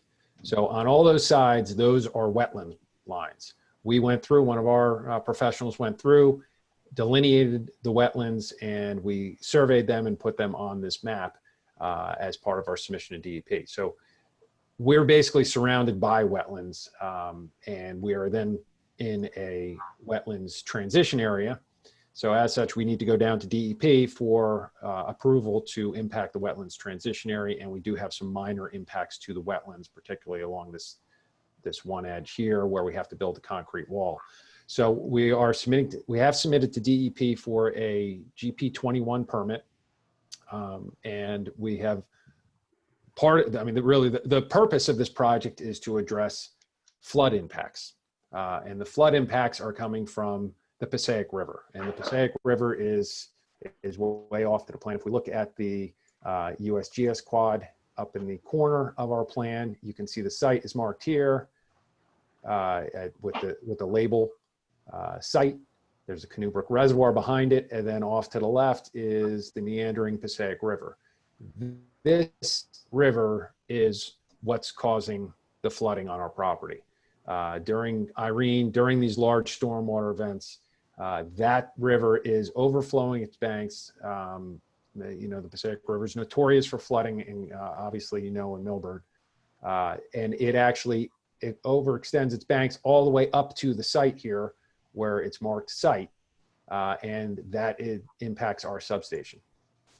So those floodwaters are coming off from the left side of the sheet and are coming up towards our substation, inundating this area. And during Irene, this whole area was inundated with 2 feet of water. So by protecting that and creating this flood barrier, as is indicated, we're essentially creating that bathtub. And we are creating those walls to keep those floodwaters out of the substation. So we are building a structure within a floodplain. So that is something that is permitted. That's a permit that's required from DEP. So that is, again, a part of our submission to DEP to request the construction of the wall. Additionally, we're acknowledging by constructing this wall, we're taking away flood storage volume. So that is something that DEP takes very seriously, and we had to go through a process to acknowledge how much flood storage reduction we're taking away from the Passaic River, and we're compensating that by buying fill credits through a local fill credit contractor to compensate the flood storage that we're taking up here is going to be provided elsewhere to make sure we're not causing problems with the Passaic River, creating flooding conditions elsewhere. So that was additionally part of that application to NJDEP. And we also had to submit a hardship waiver because what we're doing is not typically permitted. You typically are not allowed to purchase credits offsite for more than 20% of your flood storage volume. And we are such a small property, we don't have really any opportunity to compensate on our property. So we issued requested a hardship waiver to allow us to buy those credits elsewhere. So that was all part of our submission to DEP, and that's what's under review right now. We have gone through a number of cycles with DEP, and we expect by the end of the month to receive approval. And there have been a number of questions about the sump and where the discharge from the sump would end up. Is the DEP aware of the plans for the sump and discharging outside of the substation? Yes, that's all part of the application package, and essentially it's discharging out. And the thing about the way this is occurring, we're not really discharging onto someone else's property. We're creating a runoff better. In the situation where this sump pump is discharging, this substation is surrounded in a lake of water. So essentially it would be pumping into the lake. You're really not, it's not a case of really we're going to be flooding anyone else's property. If we're flooded and that pump is activated, the whole area is flooded. Okay. Just kind of as a housekeeping matter, Mr. Alvarado indicated he had taken all the photographs other than the photograph that was base stamped 25, and I made a representation that that photo was a part of a submission that you had provided to the DEP. Can you just confirm that for the record, please? That is correct. Okay. Now, one of the board members asked a question, if I understand it correctly. Where is the location of the fence and the flood protection that will be a part of the perimeter with respect to the boundary line of the property owned by JCP&L? So it varies, but typically it's around 5 to 6 feet. So you can see in this corner, I just zoomed in on the southern corner of the property, you can see the existing fence, and you can see a 5.9 foot separation between the existing fence and the property line. And that's one of the more narrow points. But in this location, this zigzagging line here, that's the sheet pile wall. So if I'll zoom out a little bit here. And within the substation, this is the existing entrance to the substation up in the northern corner. And there is a gate there. And right behind that, what we're showing here is that floodgate that's going to be constructed. So these are the concrete wing walls that Mrs. O'Connor was discussing on either side. The gate here lays here and would hinge up to protect the substation. And then going along this edge along the dirt path, and then extending along this kind of southwesterly edge. This line is a little bit different. This is all concrete wall. So this is the portion where we're going to be constructing a concrete wall with the chain link on top, just like the pictures that Mrs. O'Connor had gone through indicated. Just as we leave that line type pattern, that's where we get into the zigzag pattern that goes around the rest of the substation, and that is going to be the sheet pile wall, the driven sheet piles. So those are the two systems. Those driven sheet piles are all inboard of the existing fence. So there's no modification, and we're not encroaching on any setbacks or getting any closer to our neighboring properties. I reviewed the report prepared by Martha Callahan dated May 19, 2020. That's the report of the township engineer. And candidly, I don't think she stated anything that requires a response from you. I also reviewed the report of the planner, Mr. Phillips, and he did have a question to which I would like you to respond. It was his question number 3 regarding the extent of impervious coverage on the site. If you, maybe I'll just read the question, then you can respond to it. Sure. Question 3 says, the zoning table provided on sheet 1 of the site plan indicates that impervious coverage on the site will be reduced from 19.23% to 17.69%. The applicant should clarify which of the proposed changes would cause this reduction in impervious coverage. So if you could respond to that concern, please. Sure. And the reason that reduction came into play was because when we looked at the existing condition, we looked at those sandbag barrier walls as impervious coverage. So that was part of our calculation in determining existing impervious coverage. So by removing that and then coming in with the new walls, we're reducing it. So that's how that reduction occurred. Okay. Since the board professionals had no additional questions of you, I have no additional questions of you either. I would like to see if Mr. Keenan is also appropriate to respond to Mr. Matzel's questions regarding green infrastructure. I think that's who you had deferred the questions to. That's correct. Or I don't know, Mark, if you would like to re-characterize your questions for the benefit of this conversation. I think that might be helpful. Yeah, sure, Madam Chair. I know that DEP is starting to get into the green infrastructure game, and in New York State, as you're licensed in New York State. I work pretty closely with Governor Cuomo and his DEC commissioner to implement help to implement a green infrastructure program for New York City and outside. It was basically stormwater capture as a CSO abatement plan. And they've spent in the last 5 years about $5 billion because, $3.5 billion because it works. And the question I had basically is, have you like considered integrating like a cost-effective green and gray systemic approach to your, to your, whatever that system's called, I'm sorry, it escapes me, where you use like a bioswale and a rain garden, just sort of standard bioretention coupled with a subsurface detention system. And it may be your answer is you don't have enough space to do it, but a consideration, because I know that I guess there are several mayors, former mayors, that are sitting on the planning commission now, and they well know, as everyone does, that the Short Hills Mall and the Hilton Hotel are, if not the largest ratables for the town, it's among the most important ratable, certainly the mall. So it's a small site that packs a mean punch, at least for revenue production and serving the community and beyond.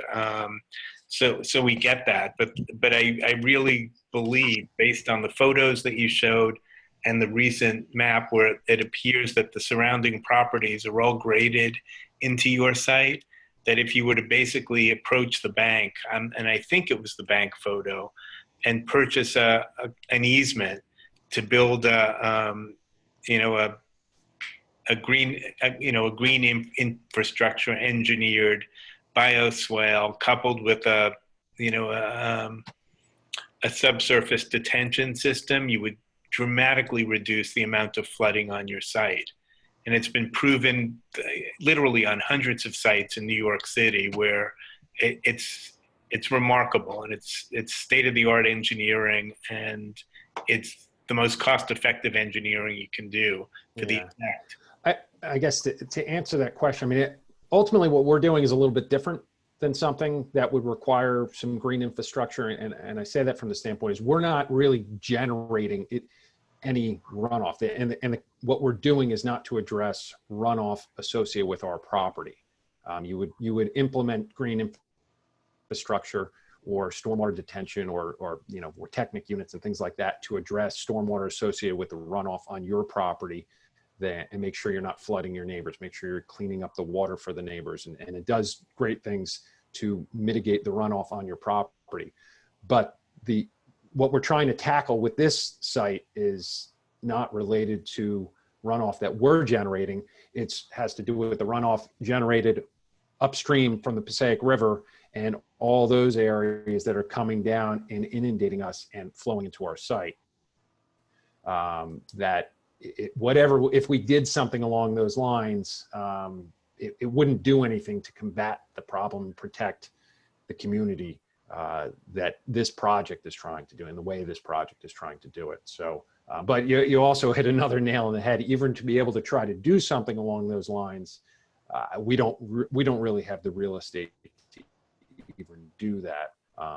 But it wouldn't ultimately, I think, address the concern of this project. I think I would disagree with you, though, because you can dramatically reduce the amount of flooding on your own site by implementing green infrastructure. So it's basically a double benefit, and I can cite dozens of cases if you'd like, but so there's not only, protecting your own site, but it's also reducing the amount of flooding there and doing, if you were to approach the bank, and it may be that you already have, if it is the bank, I don't know who the adjacent neighbor on that one side is, but I saw one of the sites referenced as the bank, and say you'd like to purchase an easement, it would still be their property and they would never know you were there. You're putting in green infrastructure and then subsurface detention, which is basically coupled, and it works.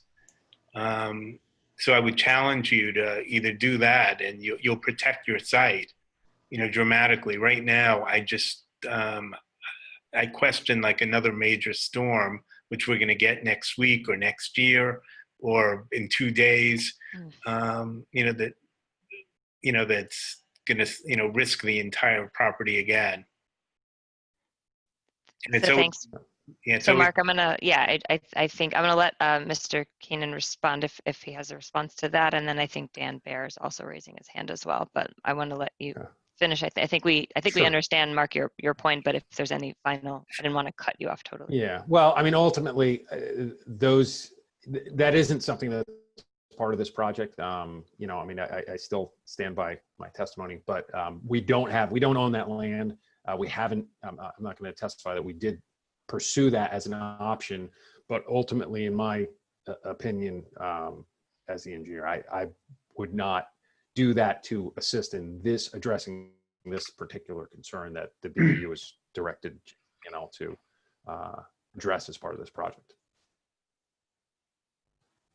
Okay. Thank you for that response, and Mr. Bear. Yeah, just quickly, I believe tonight our role is to evaluate and opine upon the application in front of us. While I appreciate members of the board's recommendations for additional work, I think that we have to concentrate and focus on the application itself and the testimony that's been provided. Thank you. I appreciate that, and we're approaching the 2-hour mark of our meeting, so further appreciate that. Thank you. Given that, other questions for this witness from the board? Okay, great. And any questions from the public for this witness? Okay, none received. Thank you.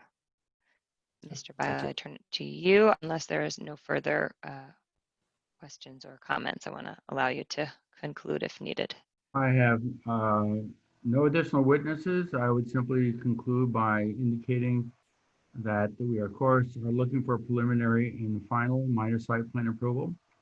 And this board is empowered to grant the C2 variance, which we are requesting under NJSA 40:55D. A C2 variance is appropriate where a strict application of an ordinance would result in peculiar and exceptional practical difficulties to, or an exceptional or undue hardship upon the applicant. And this board has the power to grant variances from strict application.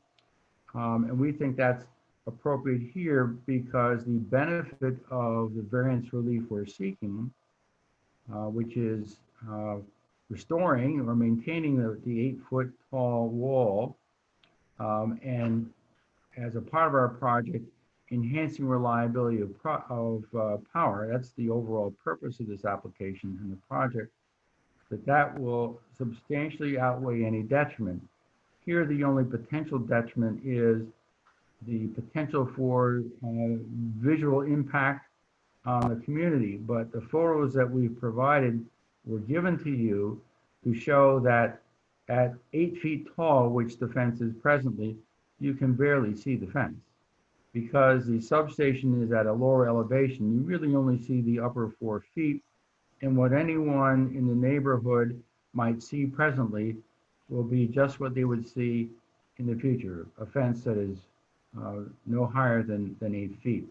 The structures within the substation are substantially taller than that. And I think you'll agree from the photos that we introduced through the testimony of Mr. Alvarado, at a distance of 80 to 100 yards, which as I recall was approximately the distance from which he took these photos, the fence itself is barely visible at all. So I believe that this board can and should grant the variance relief we are requesting along with preliminary and minor site plan approval. And I have nothing further to present. Okay, thank you. And before we, as a board, have a discussion, I want to allow the opportunity for any testimony from members of the public. And Ed, while anybody may raise their hand, would you have anything you'd like to add to that? If I might, I just have a question for Mr. Alvarado. I believe you stated that you cited a standard for security in the height of the fencing with the barbed wire around it. Can you just repeat that for me, sir? And you are, thank you. Sorry, I didn't get the first part of the question. It was I can't hear you, Juan. I don't know if anyone else can. No, Yeah, he was soft. It was just. yeah, I couldn't hear your question, the beginning of your question. Can you repeat it, please? yes, you had cited in your testimony, I believe, a standard of 7 feet with 1 foot of barbed wire above a fence for security purposes. And I wanted to know what that source was that you cited. I thought you cited a source for that, a recommendation or something. Yes, so that's part of our, basically our first energy preferred practices. That's what we consider the preferred practices for the company. But it's also part of the National Electric Code requirement that we have a fence within the substation. But the 8-foot requirement is a first energy requirement. And we have standards for that if you would like to have the information available. Thank you. It's actually the National Electrical Safety Code, the NESC. And then, as Mr. Alvarado said, it's company standard, industry standard, and the company has a publication, the first energy publication from August of 2019 that discusses this standard. Thank you. Given we have no hands raised from our public for any testimony, I open this up internally to the board if there are any additional thoughts that anybody wanted to share before we move to a potential vote.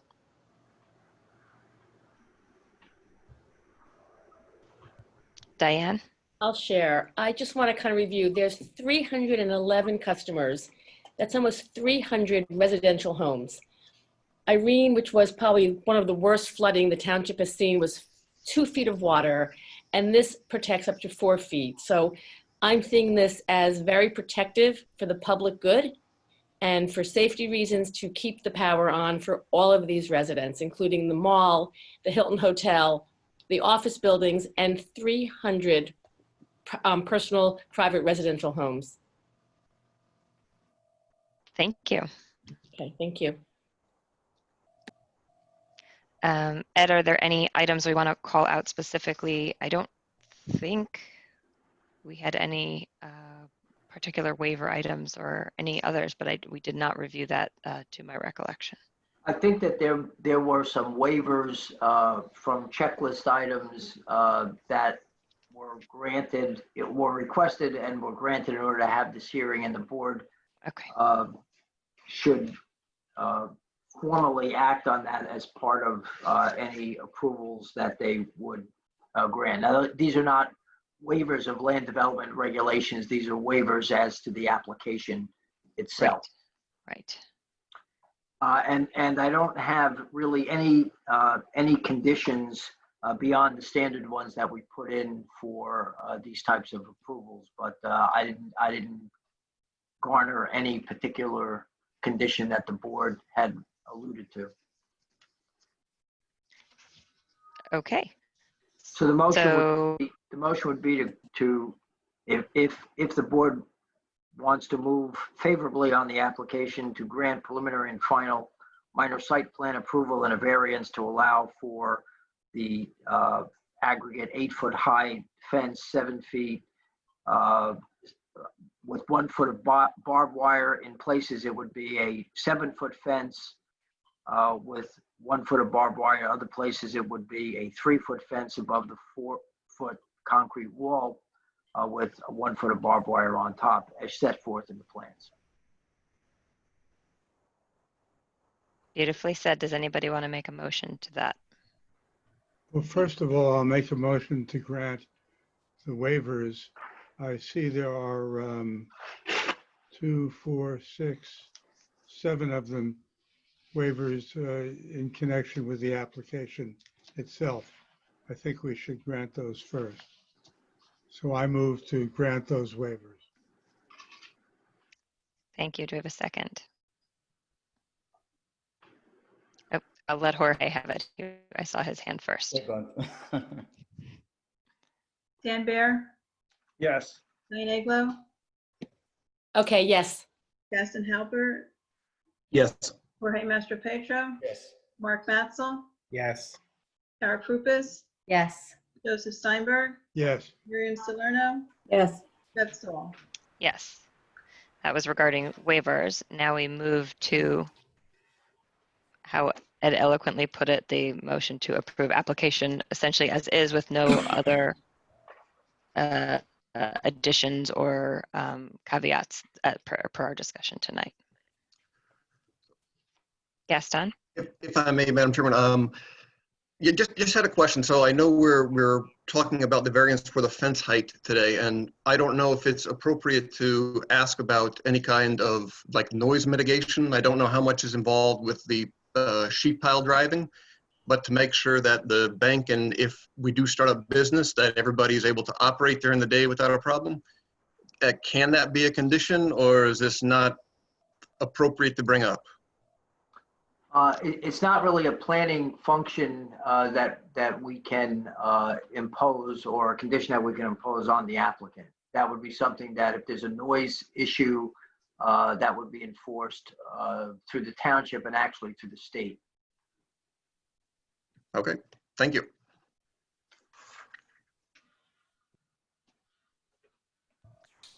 So do we have a motion to approve this application? Okay, I'll move it. I second it. Thank you. Daniel Bear, Yes. Diane Aglo, Yes. Liston Halper, Yes. Jorge Mastro Pedro, Yes. Mark Matzel, Yes. Tara Prupus, Yes. Joseph Steinberg, Yes. Miriam Salerno, Yes. Deb Stoll. Yes. Well, thank you so much. I only have one question now.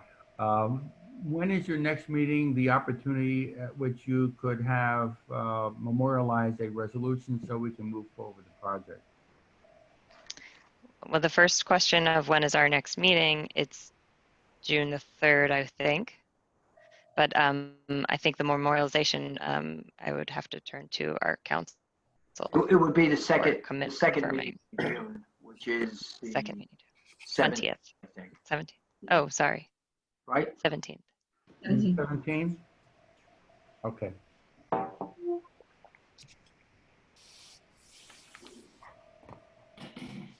Well, thank you. We appreciate you being our first application via Zoom. And thank you especially to Mr. Keenan for sharing your screen. That very much helped. So appreciate your capabilities. Well, all you folks handled this very professionally, very well done. It should be commended. Thank you. And we appreciate it. We are going to be sensitive to our next application. So we invite you to enjoy the rest of your evening or stay tuned if you so please. Thank you. If I figure out how to do it, I will check off. Thank you. Thank you so much. Thank you.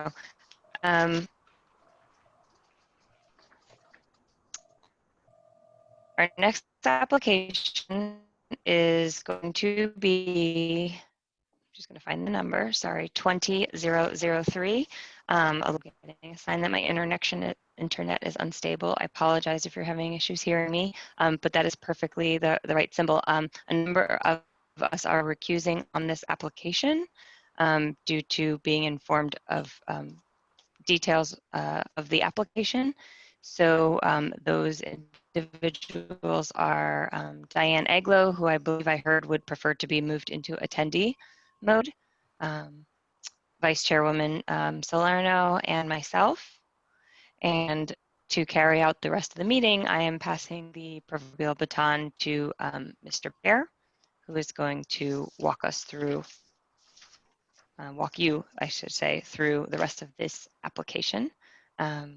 Eileen, if you would also place me once I'm done over as an attendee, and I thank you all. And that means just to our alternates who are here, which is Dave and Shaunuk, you will now be participating as voting members in this application. So just thank you.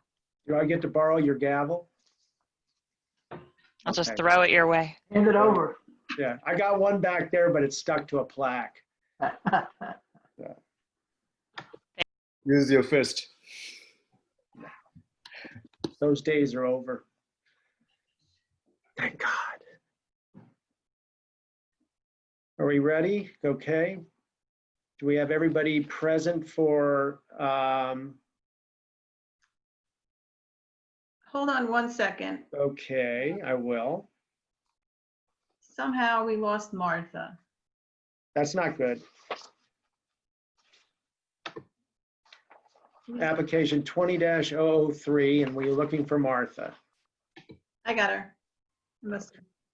There she is. There's a name. There's Martha. Welcome back, Martha, wherever you were. I mistakenly put her in the attendees. Oh, you Sorry. All right, I'm back in the panelist mode. got put in the room. You got locked into the room. Good. All right, so let's move ahead on application 20-003.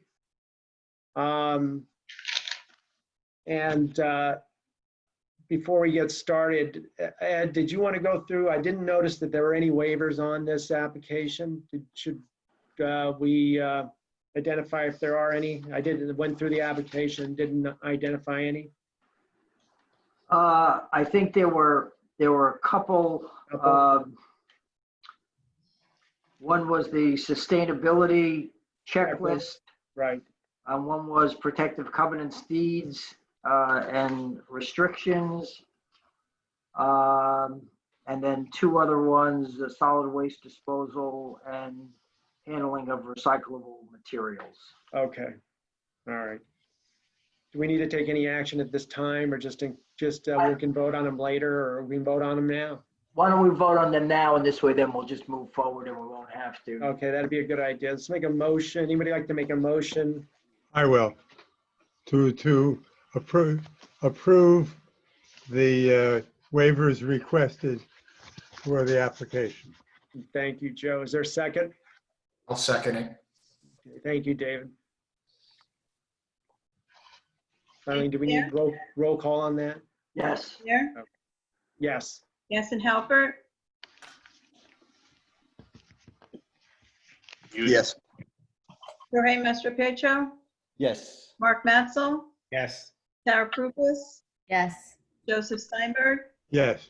David Morrow? Yes. Philip Tana? Yes. Okay, this time, I guess we'll turn it over to Rick Stolnick.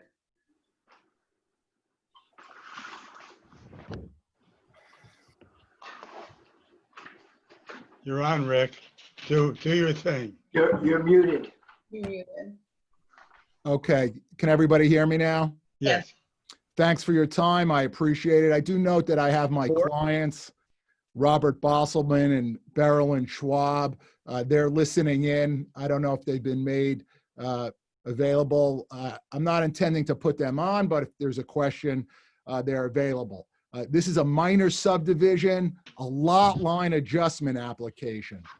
No new construction is proposed tonight. The purpose is simply to transfer 1,083 square feet of the adjacent parcel at 232 Hartshorn, that's block 3802, lot 33, to my client's property at 11 Denman, that's block 3802, lot 5. So we're just looking to transfer 1,083 square feet of property. No new parcels are being created here. The purpose is really to have a more functional backyard. No variances are created. Both lots currently conform to their zoning requirements as to size. The transferor parcel at 232 Hartshorn, that's over 3 acres. Very large parcel, as you can see from the map. And we're just sort of chopping off a little sliver to add it to my client's backyard. No fencing is proposed here. Again, no new construction whatsoever. No variances, as I mentioned. There are 2 existing nonconformities that will be actually improved slightly.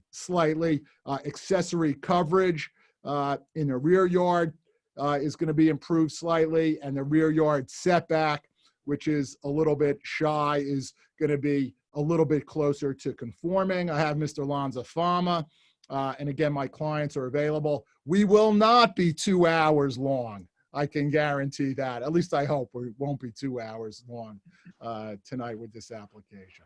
So with that, Mr. Chairman, if I may, I'll call Mr. Lanza-Fama. Please do. Thank you. Do you swear from testimony you're about to give tonight to be the truth, the whole truth, nothing but the truth? I do. Name is Michael Lanza-Fama, Lanzafama. I'm a licensed professional engineer, land surveyor, and planner with the firm of Casey and Keller Incorporated, 258 Main Street, Millburn, New Jersey. I'm testifying this evening as the surveyor of record in this minor subdivision application. Mr. Barrier, I understand Mr. Lanza-Fama has testified once or twice before this board, so I would submit him as an expert in the field of surveying. We'll accept Michael. Okay. Thank you. Michael, could you just tell us what we have here tonight? Sure. If you want, I could share the screen unless all the board members have the plan before them. Might be helpful.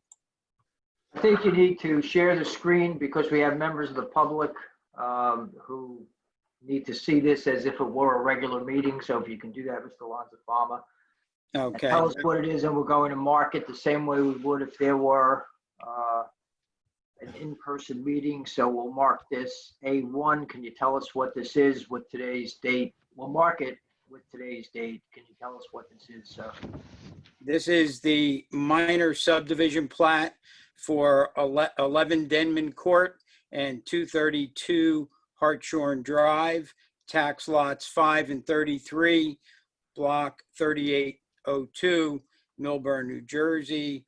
It has a latest date of, having trouble seeing, March 13th, 2020. And thank you, sir. You're welcome. Can you all see this exhibit? Yeah. Yes. Great, perfect. So what you see currently that's shaded in a tan area is the area of land that's being transferred from lot 33 to lot 5. And this area consists of 1,083 square feet. 11 Denman Court would benefit from this by increasing their rear yard. The rear yard setback from the principal building would increase as a result of this, thereby reducing an existing non-conforming condition. And in addition, the additional land area there would end up reducing the lot coverage or the rear yard coverage for accessory structures. So both of those existing non-conforming conditions would be improved as a result of the land transfer. The land transfer does not impact negatively at all on tax lot 33. As Mr. Skolnick pointed out, it's over 3 acres in size and will not be affected whatsoever. It's a natural set aside of land. The area has been demarcated with irons to delineate the area. I know Mr. Phillips had raised the question as to whether or not any fencing would be installed. I couldn't answer that question at this time, but any fencing would be installed in accordance with the appropriate ordinances of the Township of Millburn, which would include a setback off the property line of probably at least 6 inches. So we don't see anything negative with regard to this land transfer, and we would ask the board to approve the application as submitted. Thank you, Michael. Is there anything else, any other testimony that you'd like to provide? We don't have any. Okay. We do have my clients here. If there's any questions, they're on the line. Again, minor subdivision, no variances. MLUL does say shall approve under this circumstance. We think it makes sense. An improvement, makes the rear yard more functional with no legal or other harm. You can see how large the donor parcel is and how functionally this little sliver is totally separated from it in any case. Thank you, Mr. Skolnick. I'd like to ask that we take the plan off the screen so we can go back to the full Zoom of the board. Thank you. Appreciate it. Okay, at this time, I'd like to ask if there are any questions for Mr. Lazafama from the board. I have one, Michael. The application does state 1,099. Your testimony was for, as well as Mr. Skolnick's, was for 1,083 square feet. So I'm assuming that the application should be changed or modified to 1,083 and not 1,099? That's correct. The subdivision plat indicates 1,083. We went through several iterations and somehow we never updated the 1099 number to 1083. So it stands at 1,083. Thank you. Is there any other questions from the board for Mr. Lazafama? I have just one. Joe? The phrase sliver of land has been used on several occasions. As I look at the drawing, the minor subdivision drawing, it doesn't look like a sliver. It looks like a little, I don't know, clump of land. I call it a chunk. Chunk. Okay. I'll accept that amendment to change the nomenclature from sliver to chunk. Chunk. Clunk, Very good. as the case I may like be. that. Because that's an engineering term. Yeah. Are there other questions? Ed? Yes, just on what's been marked A1, there are similar discrepancies in the table that reflect incorrect numbers. One based upon the 1,099 as opposed to 1,083. So those have to be corrected. Right.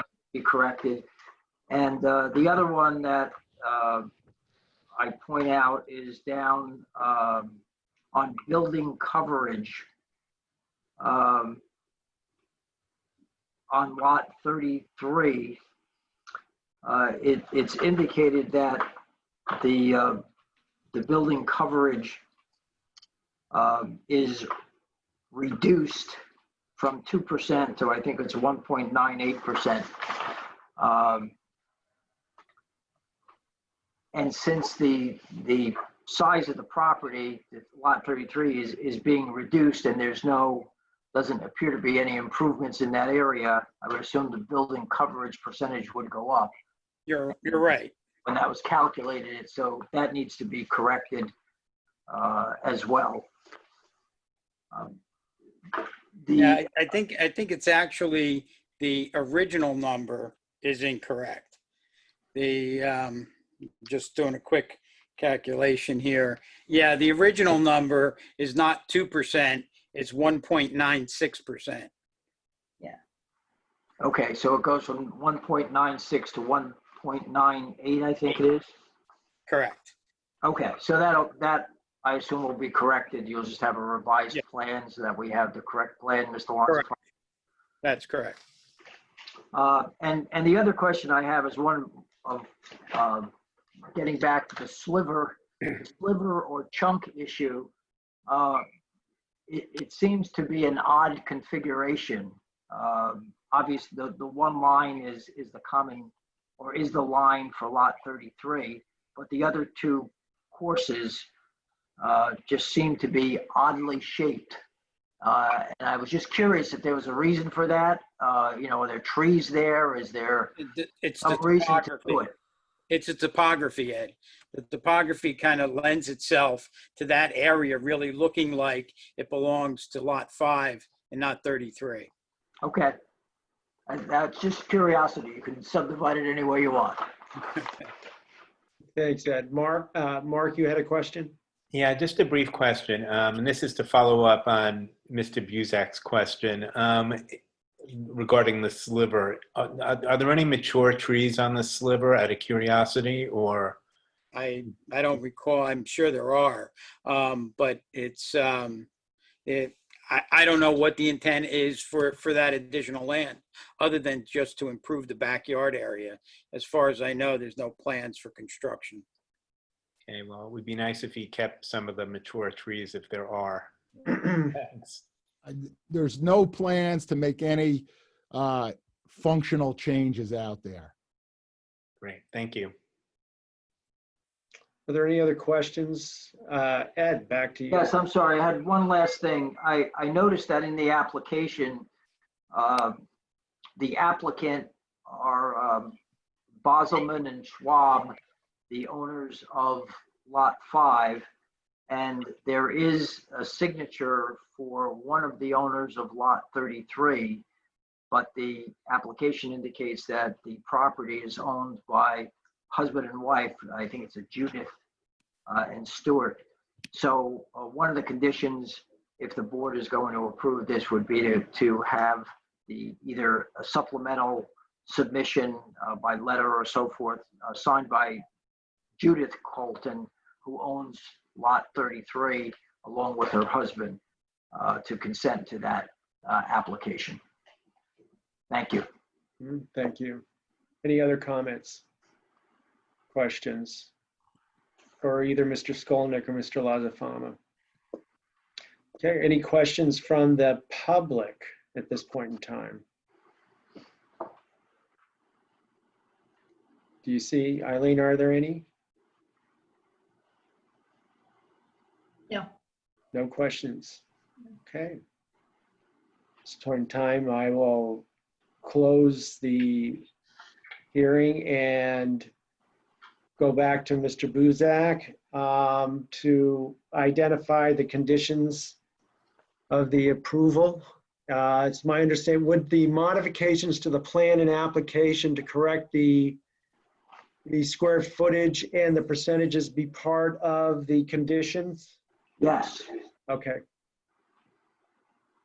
And it would be to grant minor subdivision approval in accordance with the plans that were submitted as revised based upon the testimony that we talked about in terms of size and other calculations that are on the plans. The conditions would include the revisions of the application to reflect the proper amount of land, the other configurations on the tables, the signature of Judith Colton as one of the owners of the other owner of Lot 33 to consent to the application. Condition that if any fencing is installed along the rear lot line, it will be installed in accordance with the township requirements. That the appropriate meets and bounds descriptions for the various parcels be approved by the township engineer prior to the perfection of the subdivision. That the subdivision be perfected within 190 days of the date of the adoption of the resolution in accordance with the statutory requirements. And that's it. Okay. With those conditions, I make a motion to approve. Thank you. Joe's made the motion. Who would second? Okay. We have a second. Gaston Halbert, Yes. Jorge Mastro Pietro, Yes. Mark Matzel, Yes. Tara Prupus, Yes. David Morrow, Yes. Jamal Tana, Yes. Joseph Steinberg, Yes. Daniel Bear. Yes. Okay. Very good. Mr. Chairman, we do have a little bit of an unusual request. And that would be that we appreciate the board's vote. Thank you. That the board consider memorializing this evening. There is some urgency.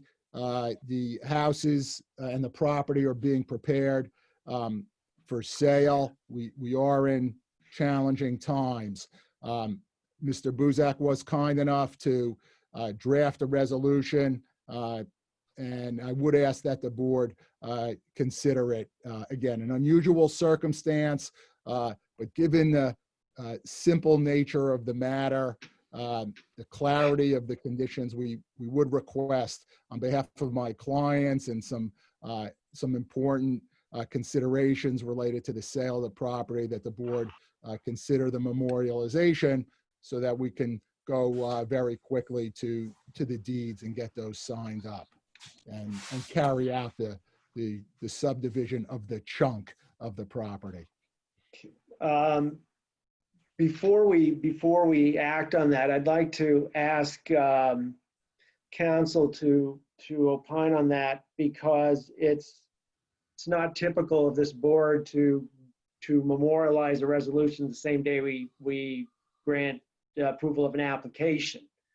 And recognizing the fact that it is a chunk or small or sliver or whatever you want to call it, minor site plan, that, in my opinion, is not the issue here. The issue here is that we have a process. So I'd like to ask Ed to opine on that question, if he would, for us. Mr. Acting Chairman, before I do that, let me just ask Mr. Skolnick a question, or let me ask Ms. Davitt a question first. Our next meeting, I believe, is June 3rd. Is that correct? Yes. And do we plan to have that meeting? We have items on the agenda for that. I have no applications that can notice in time for that. So our next meeting for applications would be June 17th. Mr. Skolnick, we had an earlier application that you may have heard if you were tuned in at the time, Mr. Kaplonsky, with regard to 40 East Willow, where he had a minor subdivision. And he had advised the board that he was unable to record any documents at the Essex County Register at this time, but he was expecting that would be open to accept such documents shortly. He didn't have a date. I also know, based upon what you've represented here and discussions that we have had, that this is time sensitive for you and for your client, or more for your clients. Does the June 3rd date work if the board approved the resolution on the 3rd? The deeds could be given to Ms. Davitt before then, such that they could be signed, the day after that. Would that work for your client? Before I answer Mr. Bear's question. Fair question. Let me say this. I'm not sure, and if it's Kaplonsky, I'm not sure he was accurate, because I think recordings are accepted electronically in Essex County. I'm almost certain of that. So I'm not sure why they wouldn't be accepting them. He may be right. I don't know. But, I don't know either. But most counties are accepting electronic. I'm not 100% sure. My client has asked me if she could address the board on this issue, Mr. Chairman, if you'd allow her to speak briefly. Obviously, I'm not in the same room with her. Well, let me do this before, Mr. Skolnick, before you do that, let me answer Mr. Bear's question, because that may be unnecessary. So let me at least answer his question. And this is generally for the board as well. No doubt it is unusual to adopt the resolution simultaneously with granting the approval, because you're anticipating, you're drafting a resolution, and I've drafted a resolution out of courtesy for Mr. Skolnick, for the applicant, given certain circumstances that he made me aware of. And I was able to do that based upon the information that I had, based upon the planner's report that we had, and all of the things that we talked about tonight are all included in the resolution. It is a comprehensive resolution, and it is consistent with what the testimony has been tonight, the answers to the questions that the board has raised, and it does reflect the granting of the approvals with the conditions that the board has made here. So while it is unusual, I am satisfied, based upon this proceeding, that the resolution that I did draft reflects that. I understand the board's reluctance to adopt the resolution sort of sight unseen, That I can share that with you, or Arlene can share that with you on the screen, because I sent her a copy of it, and I want to know if she can share it on the screen. I can't. Okay. I may be able to do that if the board is so inclined. If not, we can do it on the 3rd. And I would just ask the chair to recognize Mr. Skolnick if they want to hear from his client directly. Well, let me ask the rest of the members of the board. Are there any initial concerns or questions for Mr. Buzak before we have the applicant speak, or we go and review the resolution that he's prepared for this application? And I'm just going to ask you one question. You know, I'm a creature of process, and you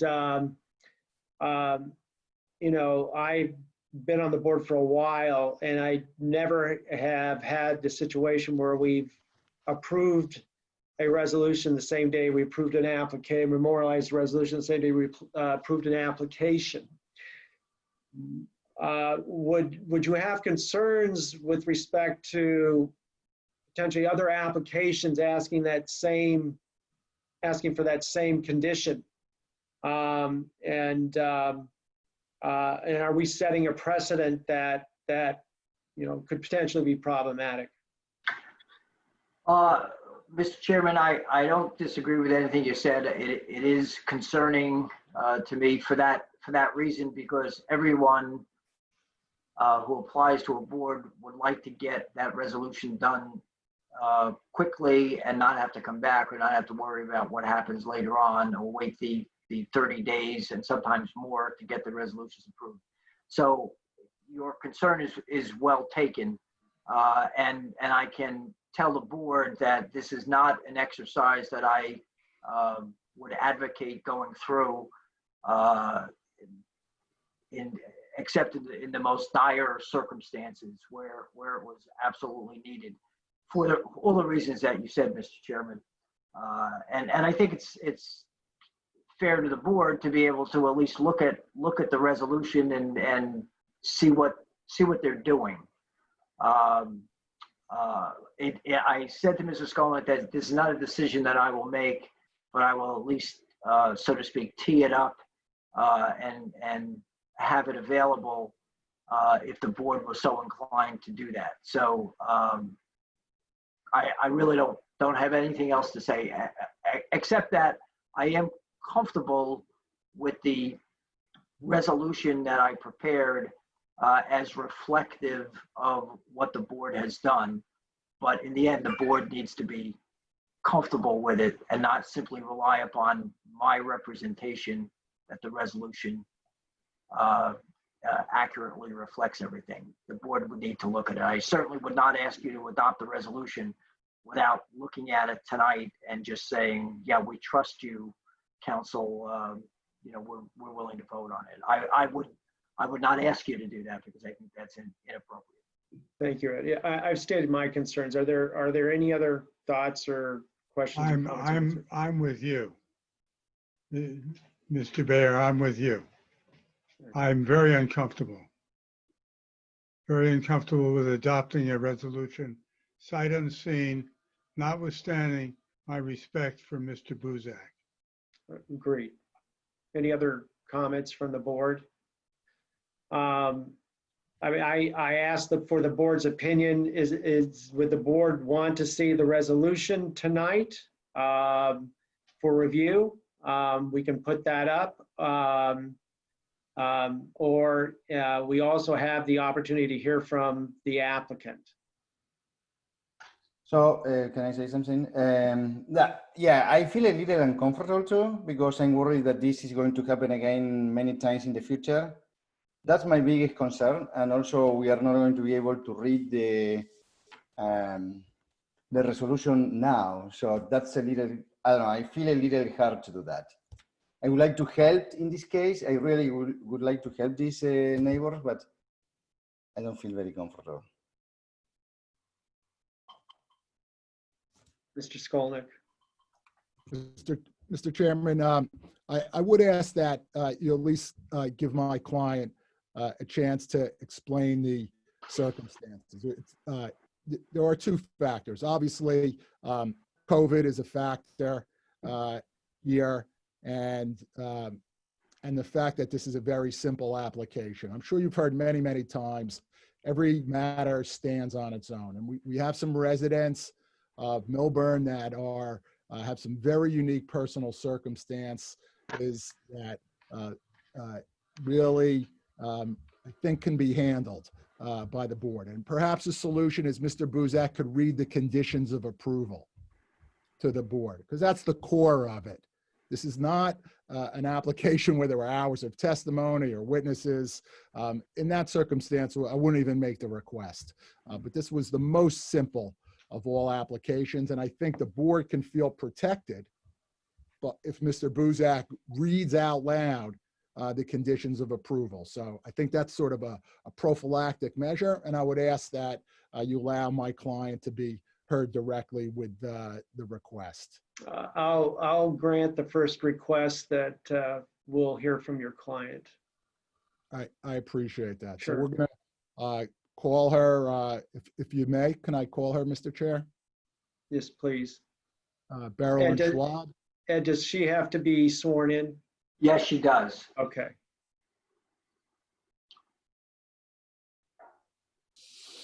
I see she's on the screen.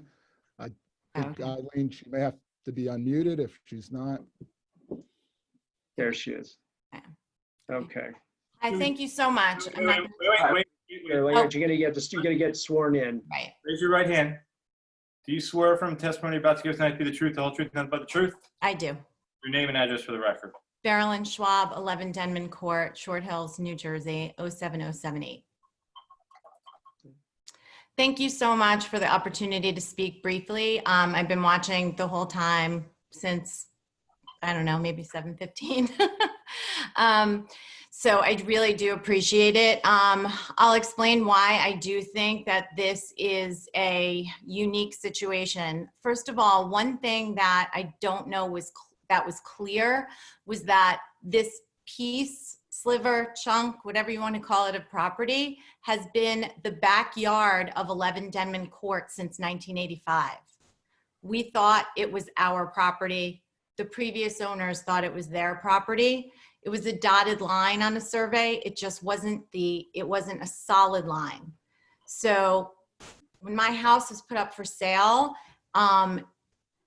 we absolutely thought that arc of land was part of our property. We have our own sprinkler head on it. Our landscapers mow the lawn on it.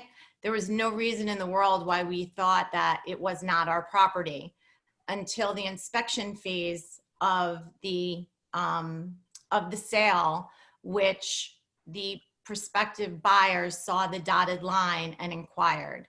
And that's when we realized it was not our property. So it looks like part of the property. Nothing about it is going to change, and nothing has changed about the property since 1985, when the house was built. Why it was built the way it was on the plot, I can't tell you. It's a very, as you can see, an odd kind of non-conforming plot. In any case, it's been that way since 1985. So I think that really needed to be made clear, that nobody's really acquiring anything. It's really in name only. And if there was a longer period of time, it probably would be an adverse possession situation, because it has been open, notoriously used by whoever's lived at 11 Denman Court. So I think that's really important. There's nothing changing about the property. It's staying exactly the same. Beryl, the board approved. The board approved. Right. No, I understand. But I'm saying about, being and the reason that we would ask that the resolution be approved tonight as well is because we are in a sale process. We've already lost one potential buyer because of this situation. Now we have to acquire, and we have a couple of other offers, but because of the COVID crisis, they're looking to get out of the city immediately. And we can't sell the property without this additional ownership of the deed, again, in name only. And this, it's just, and if the property doesn't sell, it will go into a foreclosure.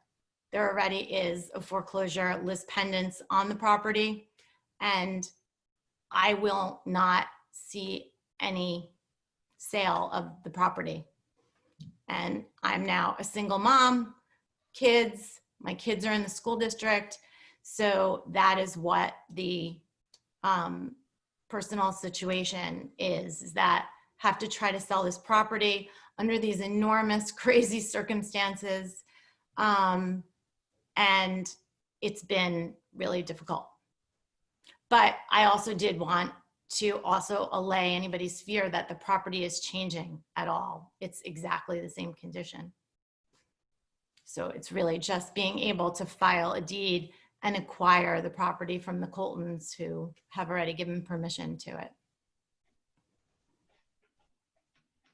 Okay, thank you, Beryl. Appreciate it. Yeah. Are there any questions for the applicant from the board? So I have a question for our attorney, Ed.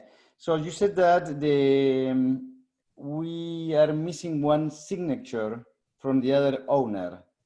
How we can approve that without having both signature on that paper?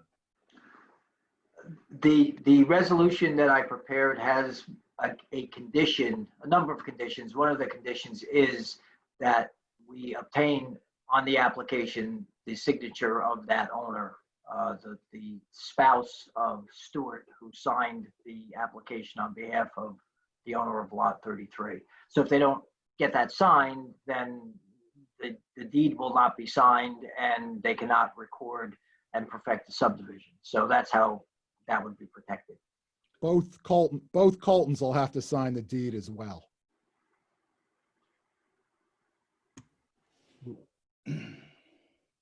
There was one signature line. I'm unpersuaded that there's an emergency here. I'm sorry, Joe, say that again. I'm unpersuaded that there's an emergency here. The board has acted, we've approved the application. This is just something that needs to be done to adopt a memorializing resolution. And I wouldn't make an exception in this case. So at this point in time, are there any other comments or questions for the attorney, the applicant, for Mr. Buzak? Okay, if not, Ed, I'd like to ask you our next to give me an idea what our next step would be. Would we put a motion forward, either for or against memorializing the resolution? Is that our next step? Yes, it is. And I just want to make it clear that whatever motion is made, if a motion is made to move forward to consider the resolution, that's what it would be. So I think the motion should be to, and I'll state it in the affirmative. State it for us, and then I'll ask for it. The motion would be for the board to consider tonight the resolution of approval, memorializing the approval of this application. Is there a motion from the board?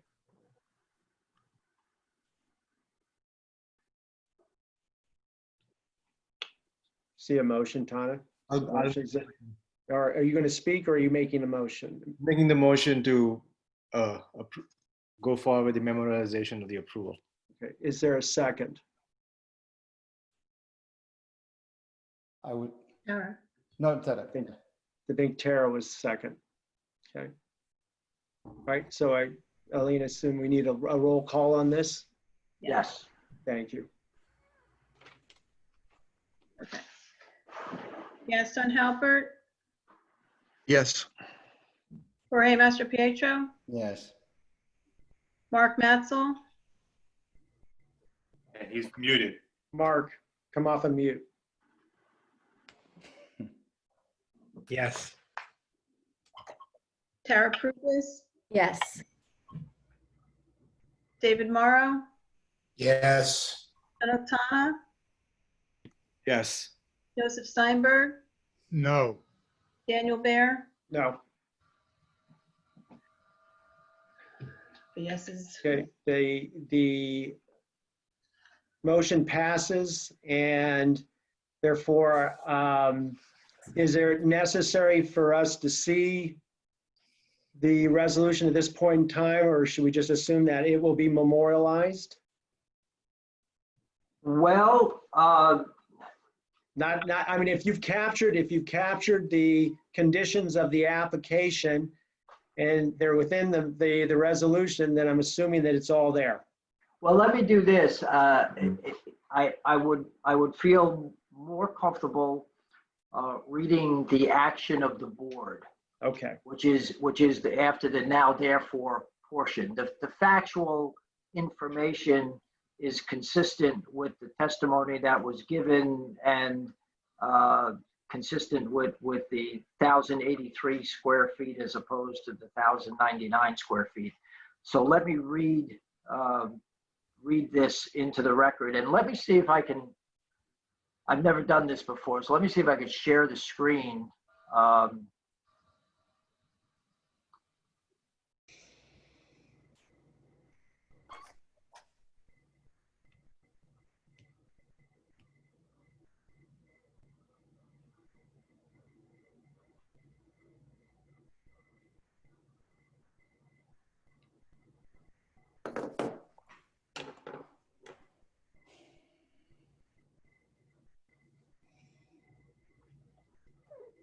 Okay, let me get it up on my screen and see if I can do this.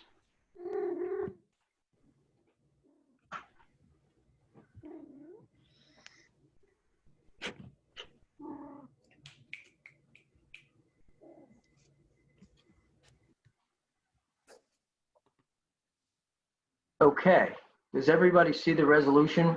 Yeah. That was impressive, Mr. Buzak. That was impressive. I'm shocked. Well, let me then just briefly go through it as I scroll down since I wrote it. The first whereas clause sets forth the property and the ownership of the property. The second clause refers to the fact that only one of the two owners of Lot 33 has consented. Third whereas clause relates to the application and the two plans, that is the minor subdivision plan that Mr. Lanza-Fama referred to. There was also a land title survey that reflected similar information. The next whereas clause in line 41 refers to the notice that was given, including notice of the Zoom meeting and the virtual meeting that we're having tonight. Lines 48 and 49 refer to tonight's meeting. Line 50 and 52 will remain the same. Testimony was provided by the applicant, Mr. Lanza-Fama, and was represented by Mr. Skolnick.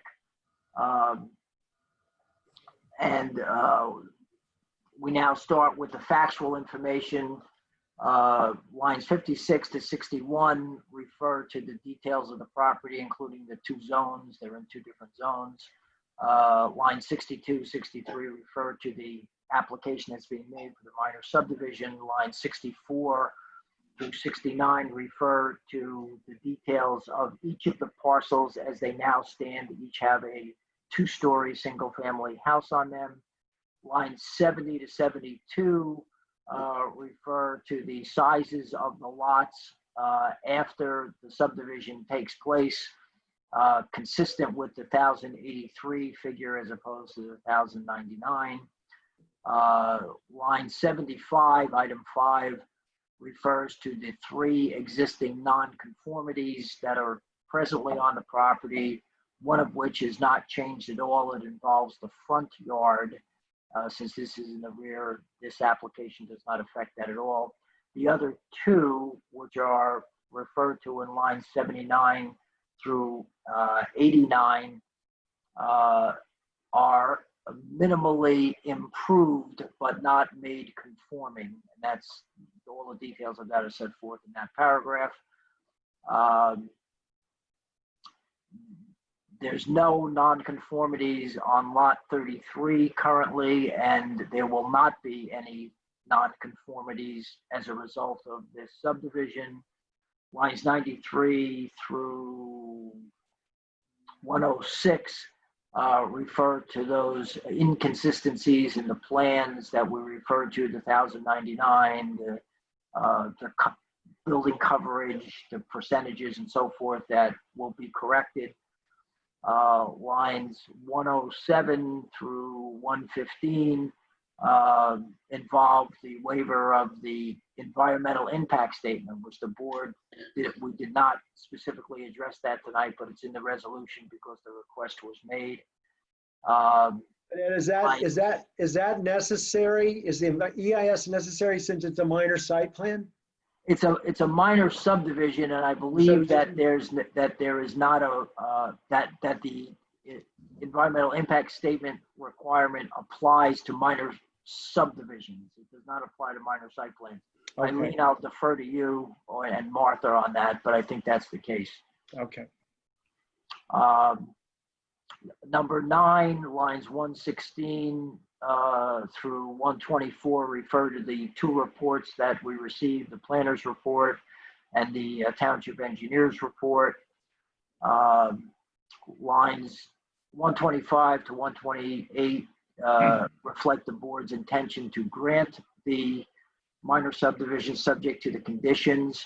Lines 129 through 135 grant the minor subdivision and the waiver of the environmental impact statement requirement subject to the following conditions. And these I'm going to read through because it's easier for me to do. It'll take a little bit of time, but not much. 1, the applicant shall comply with all applicable municipal ordinances and regulations, as well as all county, state, and federal laws applicable to the development application. Number 2, the foregoing is subject to review of, approval by, and requirements imposed by such other federal, state, county, and local bodies having jurisdiction over the application. 3, the applicant shall remit all outstanding escrow fees as requested by the Township of Millburn. 4, the applicant shall provide proof of exemption or approval from the Essex County Planning Board and/or proof of exemption or approval from the Hudson Essex Passaic Soil Conservation District. 5, the applicant shall comply with the reports of each of the professionals and/or the township staff as set forth previously in the resolution.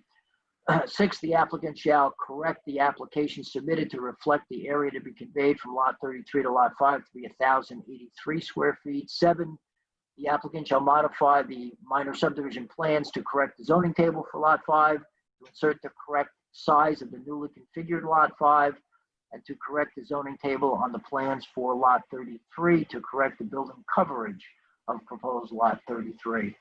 8, the applicant shall obtain and submit to the planning board secretary the written consent of Judith S. Colton, inasmuch as only Stuart M. Colton consented to the application. 9, in the event that fencing is installed along the rear lot line, the same shall comply with section 609.6 of the Township Development Regulations and Zoning Ordinance. 10, the applicant shall provide an appropriate meets and bounds description for the newly configured block 3802 lot 5 and the newly configured block 3802 lot 33 for review of and approval by the township engineer prior to the perfection of the subdivision. 11, the applicant shall perfect the minor subdivision in accordance with NJSA 4055D, 47D by filing a plat in conformity with the approval and the provisions of the, quote, map filing law, unquote, PL 1960, chapter 141, and JSA 46:23-9.9 et sec, or deeds clearly describing the approved minor subdivision signed by the chairman and secretary of the planning board and filed within 190 days after the adoption of the incident resolution pursuant to NJSA 4055D-47D with the county recording officer, the municipal engineer, and the municipal tax assessor. The minor subdivision deed shall be submitted for review and approval by the planning board engineer and the planning board attorney. 12, to the extent required, The applicant shall submit revised plans to reflect the changes to which the applicant agreed or those modifications that are required by the board in this resolution or by the board's experts. 13, the applicant shall be bound to comply with all representations made before this board by the applicant and the applicant's witnesses during the course of the public hearing on the application held on May 20, 2020, as related to the application for relief, and the same are incorporated herein and are representations upon which this board has relied in granting the approval set forth herein, and shall be enforceable as if those representations were made conditions of this approval. 14, this resolution shall take effect immediately upon its adoption and the certification language by the secretary. Mr. Buzak, could we turn to paragraph 4 of the recitals? Of the recitals, 4? Yeah. Yes. Do we need to recognize, based on the testimony of the applicant here, that this is simply, I think it was somewhere in the line 70s, sorry. Yes, I see it here. It's number 4, yeah. We say here that to make the rear yard more functional. Do we need to say that it's just recognizing historic use? There's no change to any function here, right? I don't know if it matters. We can add that. We can make that change there. I didn't have any other comment. It looks like I can do that right here. Right, I mean. The purpose of the proposed lot line adjustment is to make the rear yard more functional than it is currently. We could, and it currently is, hold on a second. Why don't you say, the purpose of the proposed lot line adjustment is made to reflect historical use and the rear yard, and to make the rear yard more functional.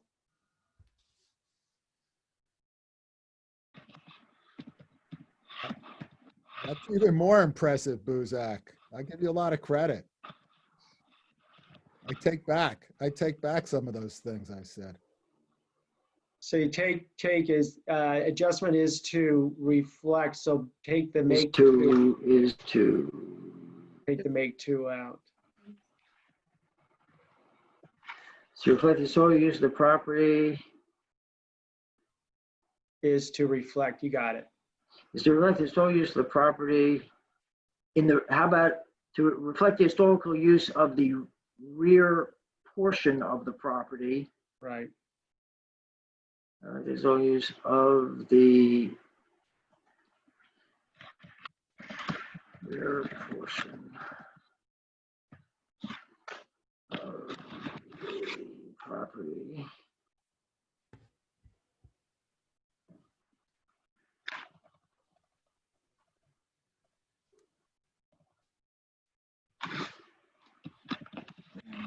There you go. And Ed, just to let you know, minor subdivision is not, EIS is not required for minor subdivision. That's what I thought. Thank you.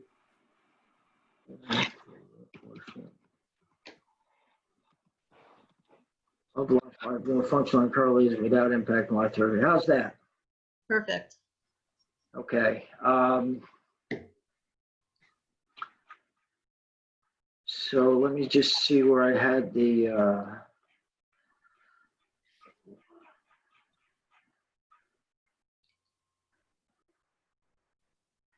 well, they did make the request for the waiver, so I'm going to keep this part in because that is what they asked for.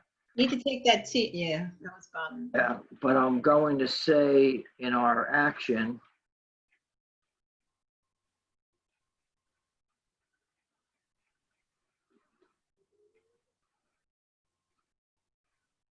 there's no, I don't think there's a scroll bar here, so I just have to keep running the wheel there. Go back up to 8. Is it 8? Yeah. The absence of waiver, there's no new construction.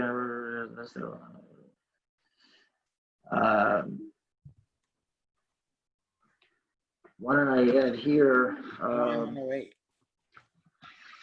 the board.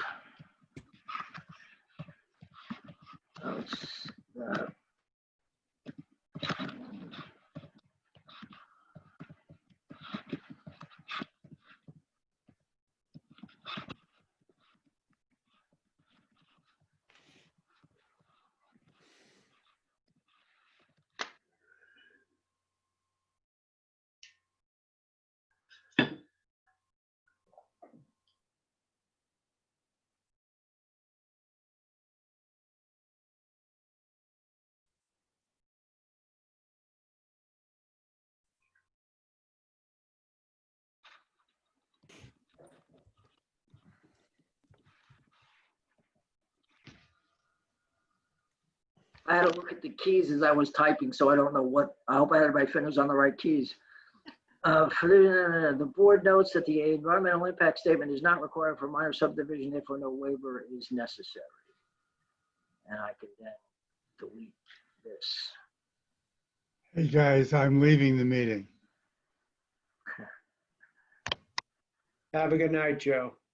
Good night, Joe. Good night.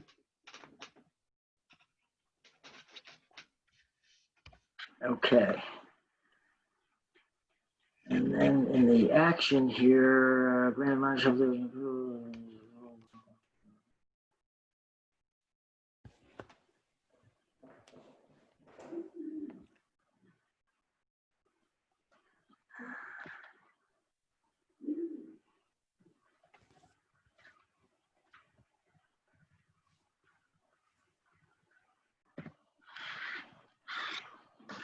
Okay, I think that's right.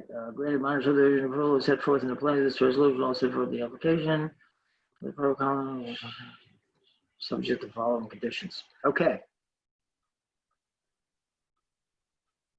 I hope this all comes out when I take it off the share screen. It's there. Hit save. We thank everyone for taking the time to do this under this unusual circumstance. We really let me stop sharing it. Does anyone need to see the resolution anymore? Okay. Wow. Very good. So there would, that is the resolution that is before the board tonight. It would be the action that you would take tonight. We're not making it a memorializing resolution as such because we're taking the action tonight. So it would be as you've just seen it. So if someone is comfortable with it, they can move it, second it, and then we can have a roll call vote. Is there, would like to make the motion to move the resolution? As seen on screen. I'll make the motion. Okay, I think Gaston made the motion. Is there a second? Okay, Donna seconded. Gaston Halbert, Yes. Jorge Mastro Pietro, Yes. Mark Matzel, Yes. Tara Prupus, Yes. David Morrow, Yes. Vinod Tana, Yes. Daniel Baer. Yes. Hey, we thank you for your time. Thank you, Council. Appreciate it. Ed, thank you for putting that together. You're welcome, sir. I have a quick question, Dan. Sure. Is it necessary, or is there a way to kind of mark this as being not setting precedent to just address the concerns? Is there a way that we can just formalize that and say that somewhere so that if it ever comes back and saying, well, you did that, we can just. Tara, all I can do is give you my opinion, and Council can give you his. My opinion is that there's umpteen million possibilities and explanations for people making a similar request in the future. And it doesn't necessarily have to be COVID related or whatever else. It's been done. And we can say that we did it because of this, because of COVID, because of unmitigating circumstances, my opinion is that an applicant can come and not make up, but give us any reasoning in the world for us to do the same thing in the future. So I mean, I'll ask Ed, but see, because my issue was not with the application itself. It's a very simple, in my, it's a very benign application. To me, it was a slam dunk. Mine was more of a process situation. And are we opening that door for other applicants to do it in the future with any type of issue that may come up? And how do we mitigate against that? I don't know. And I think Ed was trying to say the same thing. So Ed, I'll turn it over to you, but that's my concern. That was a good question. I would like to address that first, if you don't mind, Dan. Sure.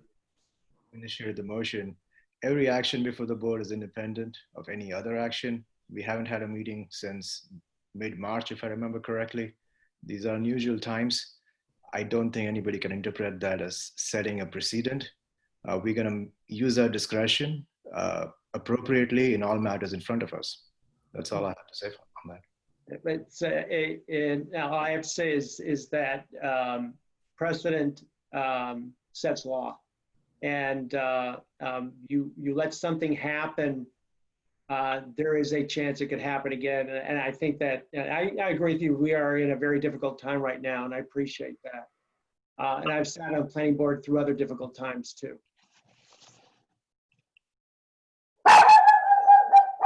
Ed, is there anything else you'd like to say? Well, my only comment is I agree with you, Mr. Chairman, in terms of this. The only thing I can say is that, I will not be coming to the board meetings armed with a resolution, and I will not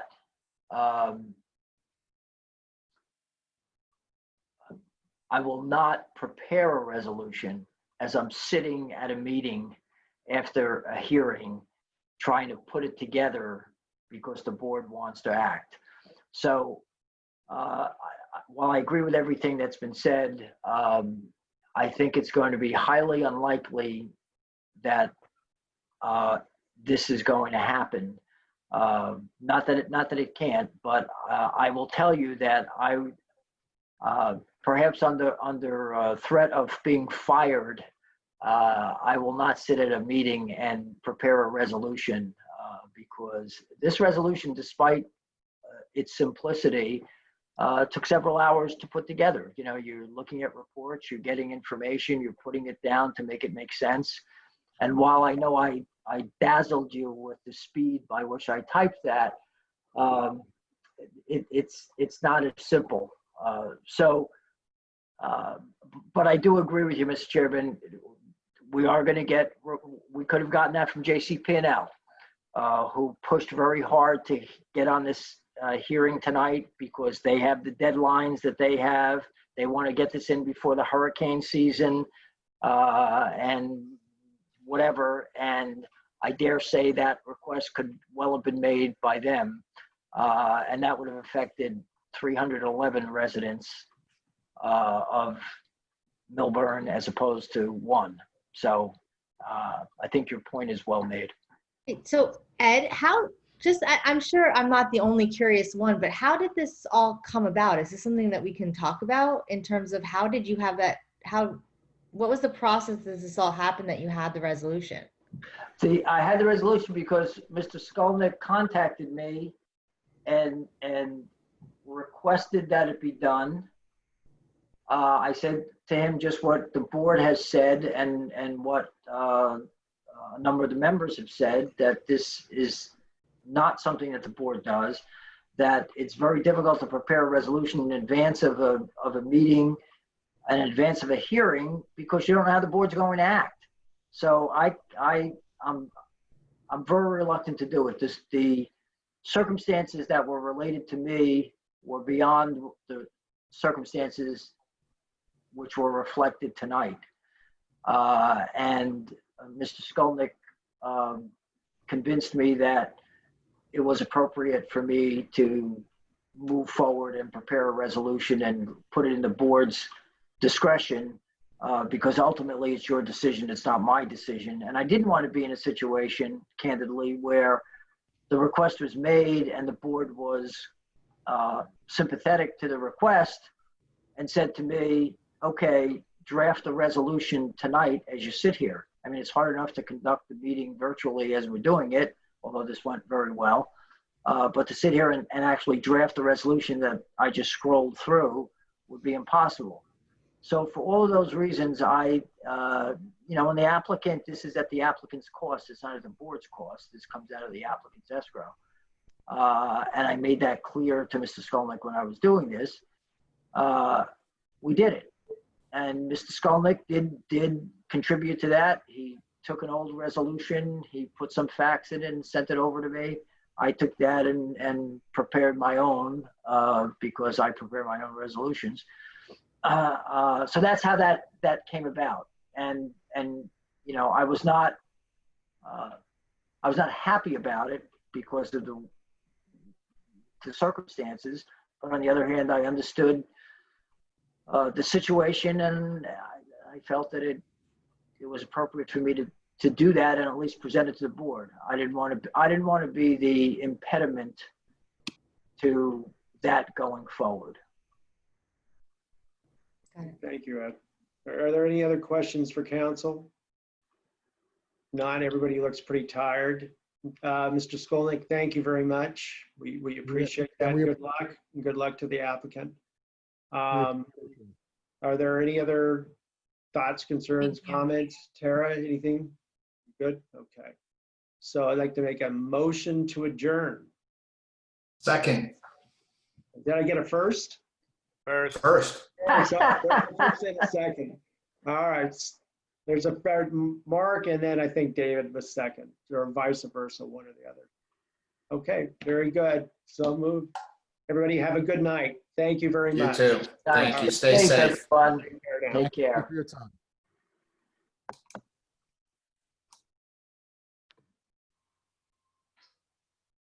Nicole, don't leave me. So what do? I just press stop recording. Yep. Why didn't it?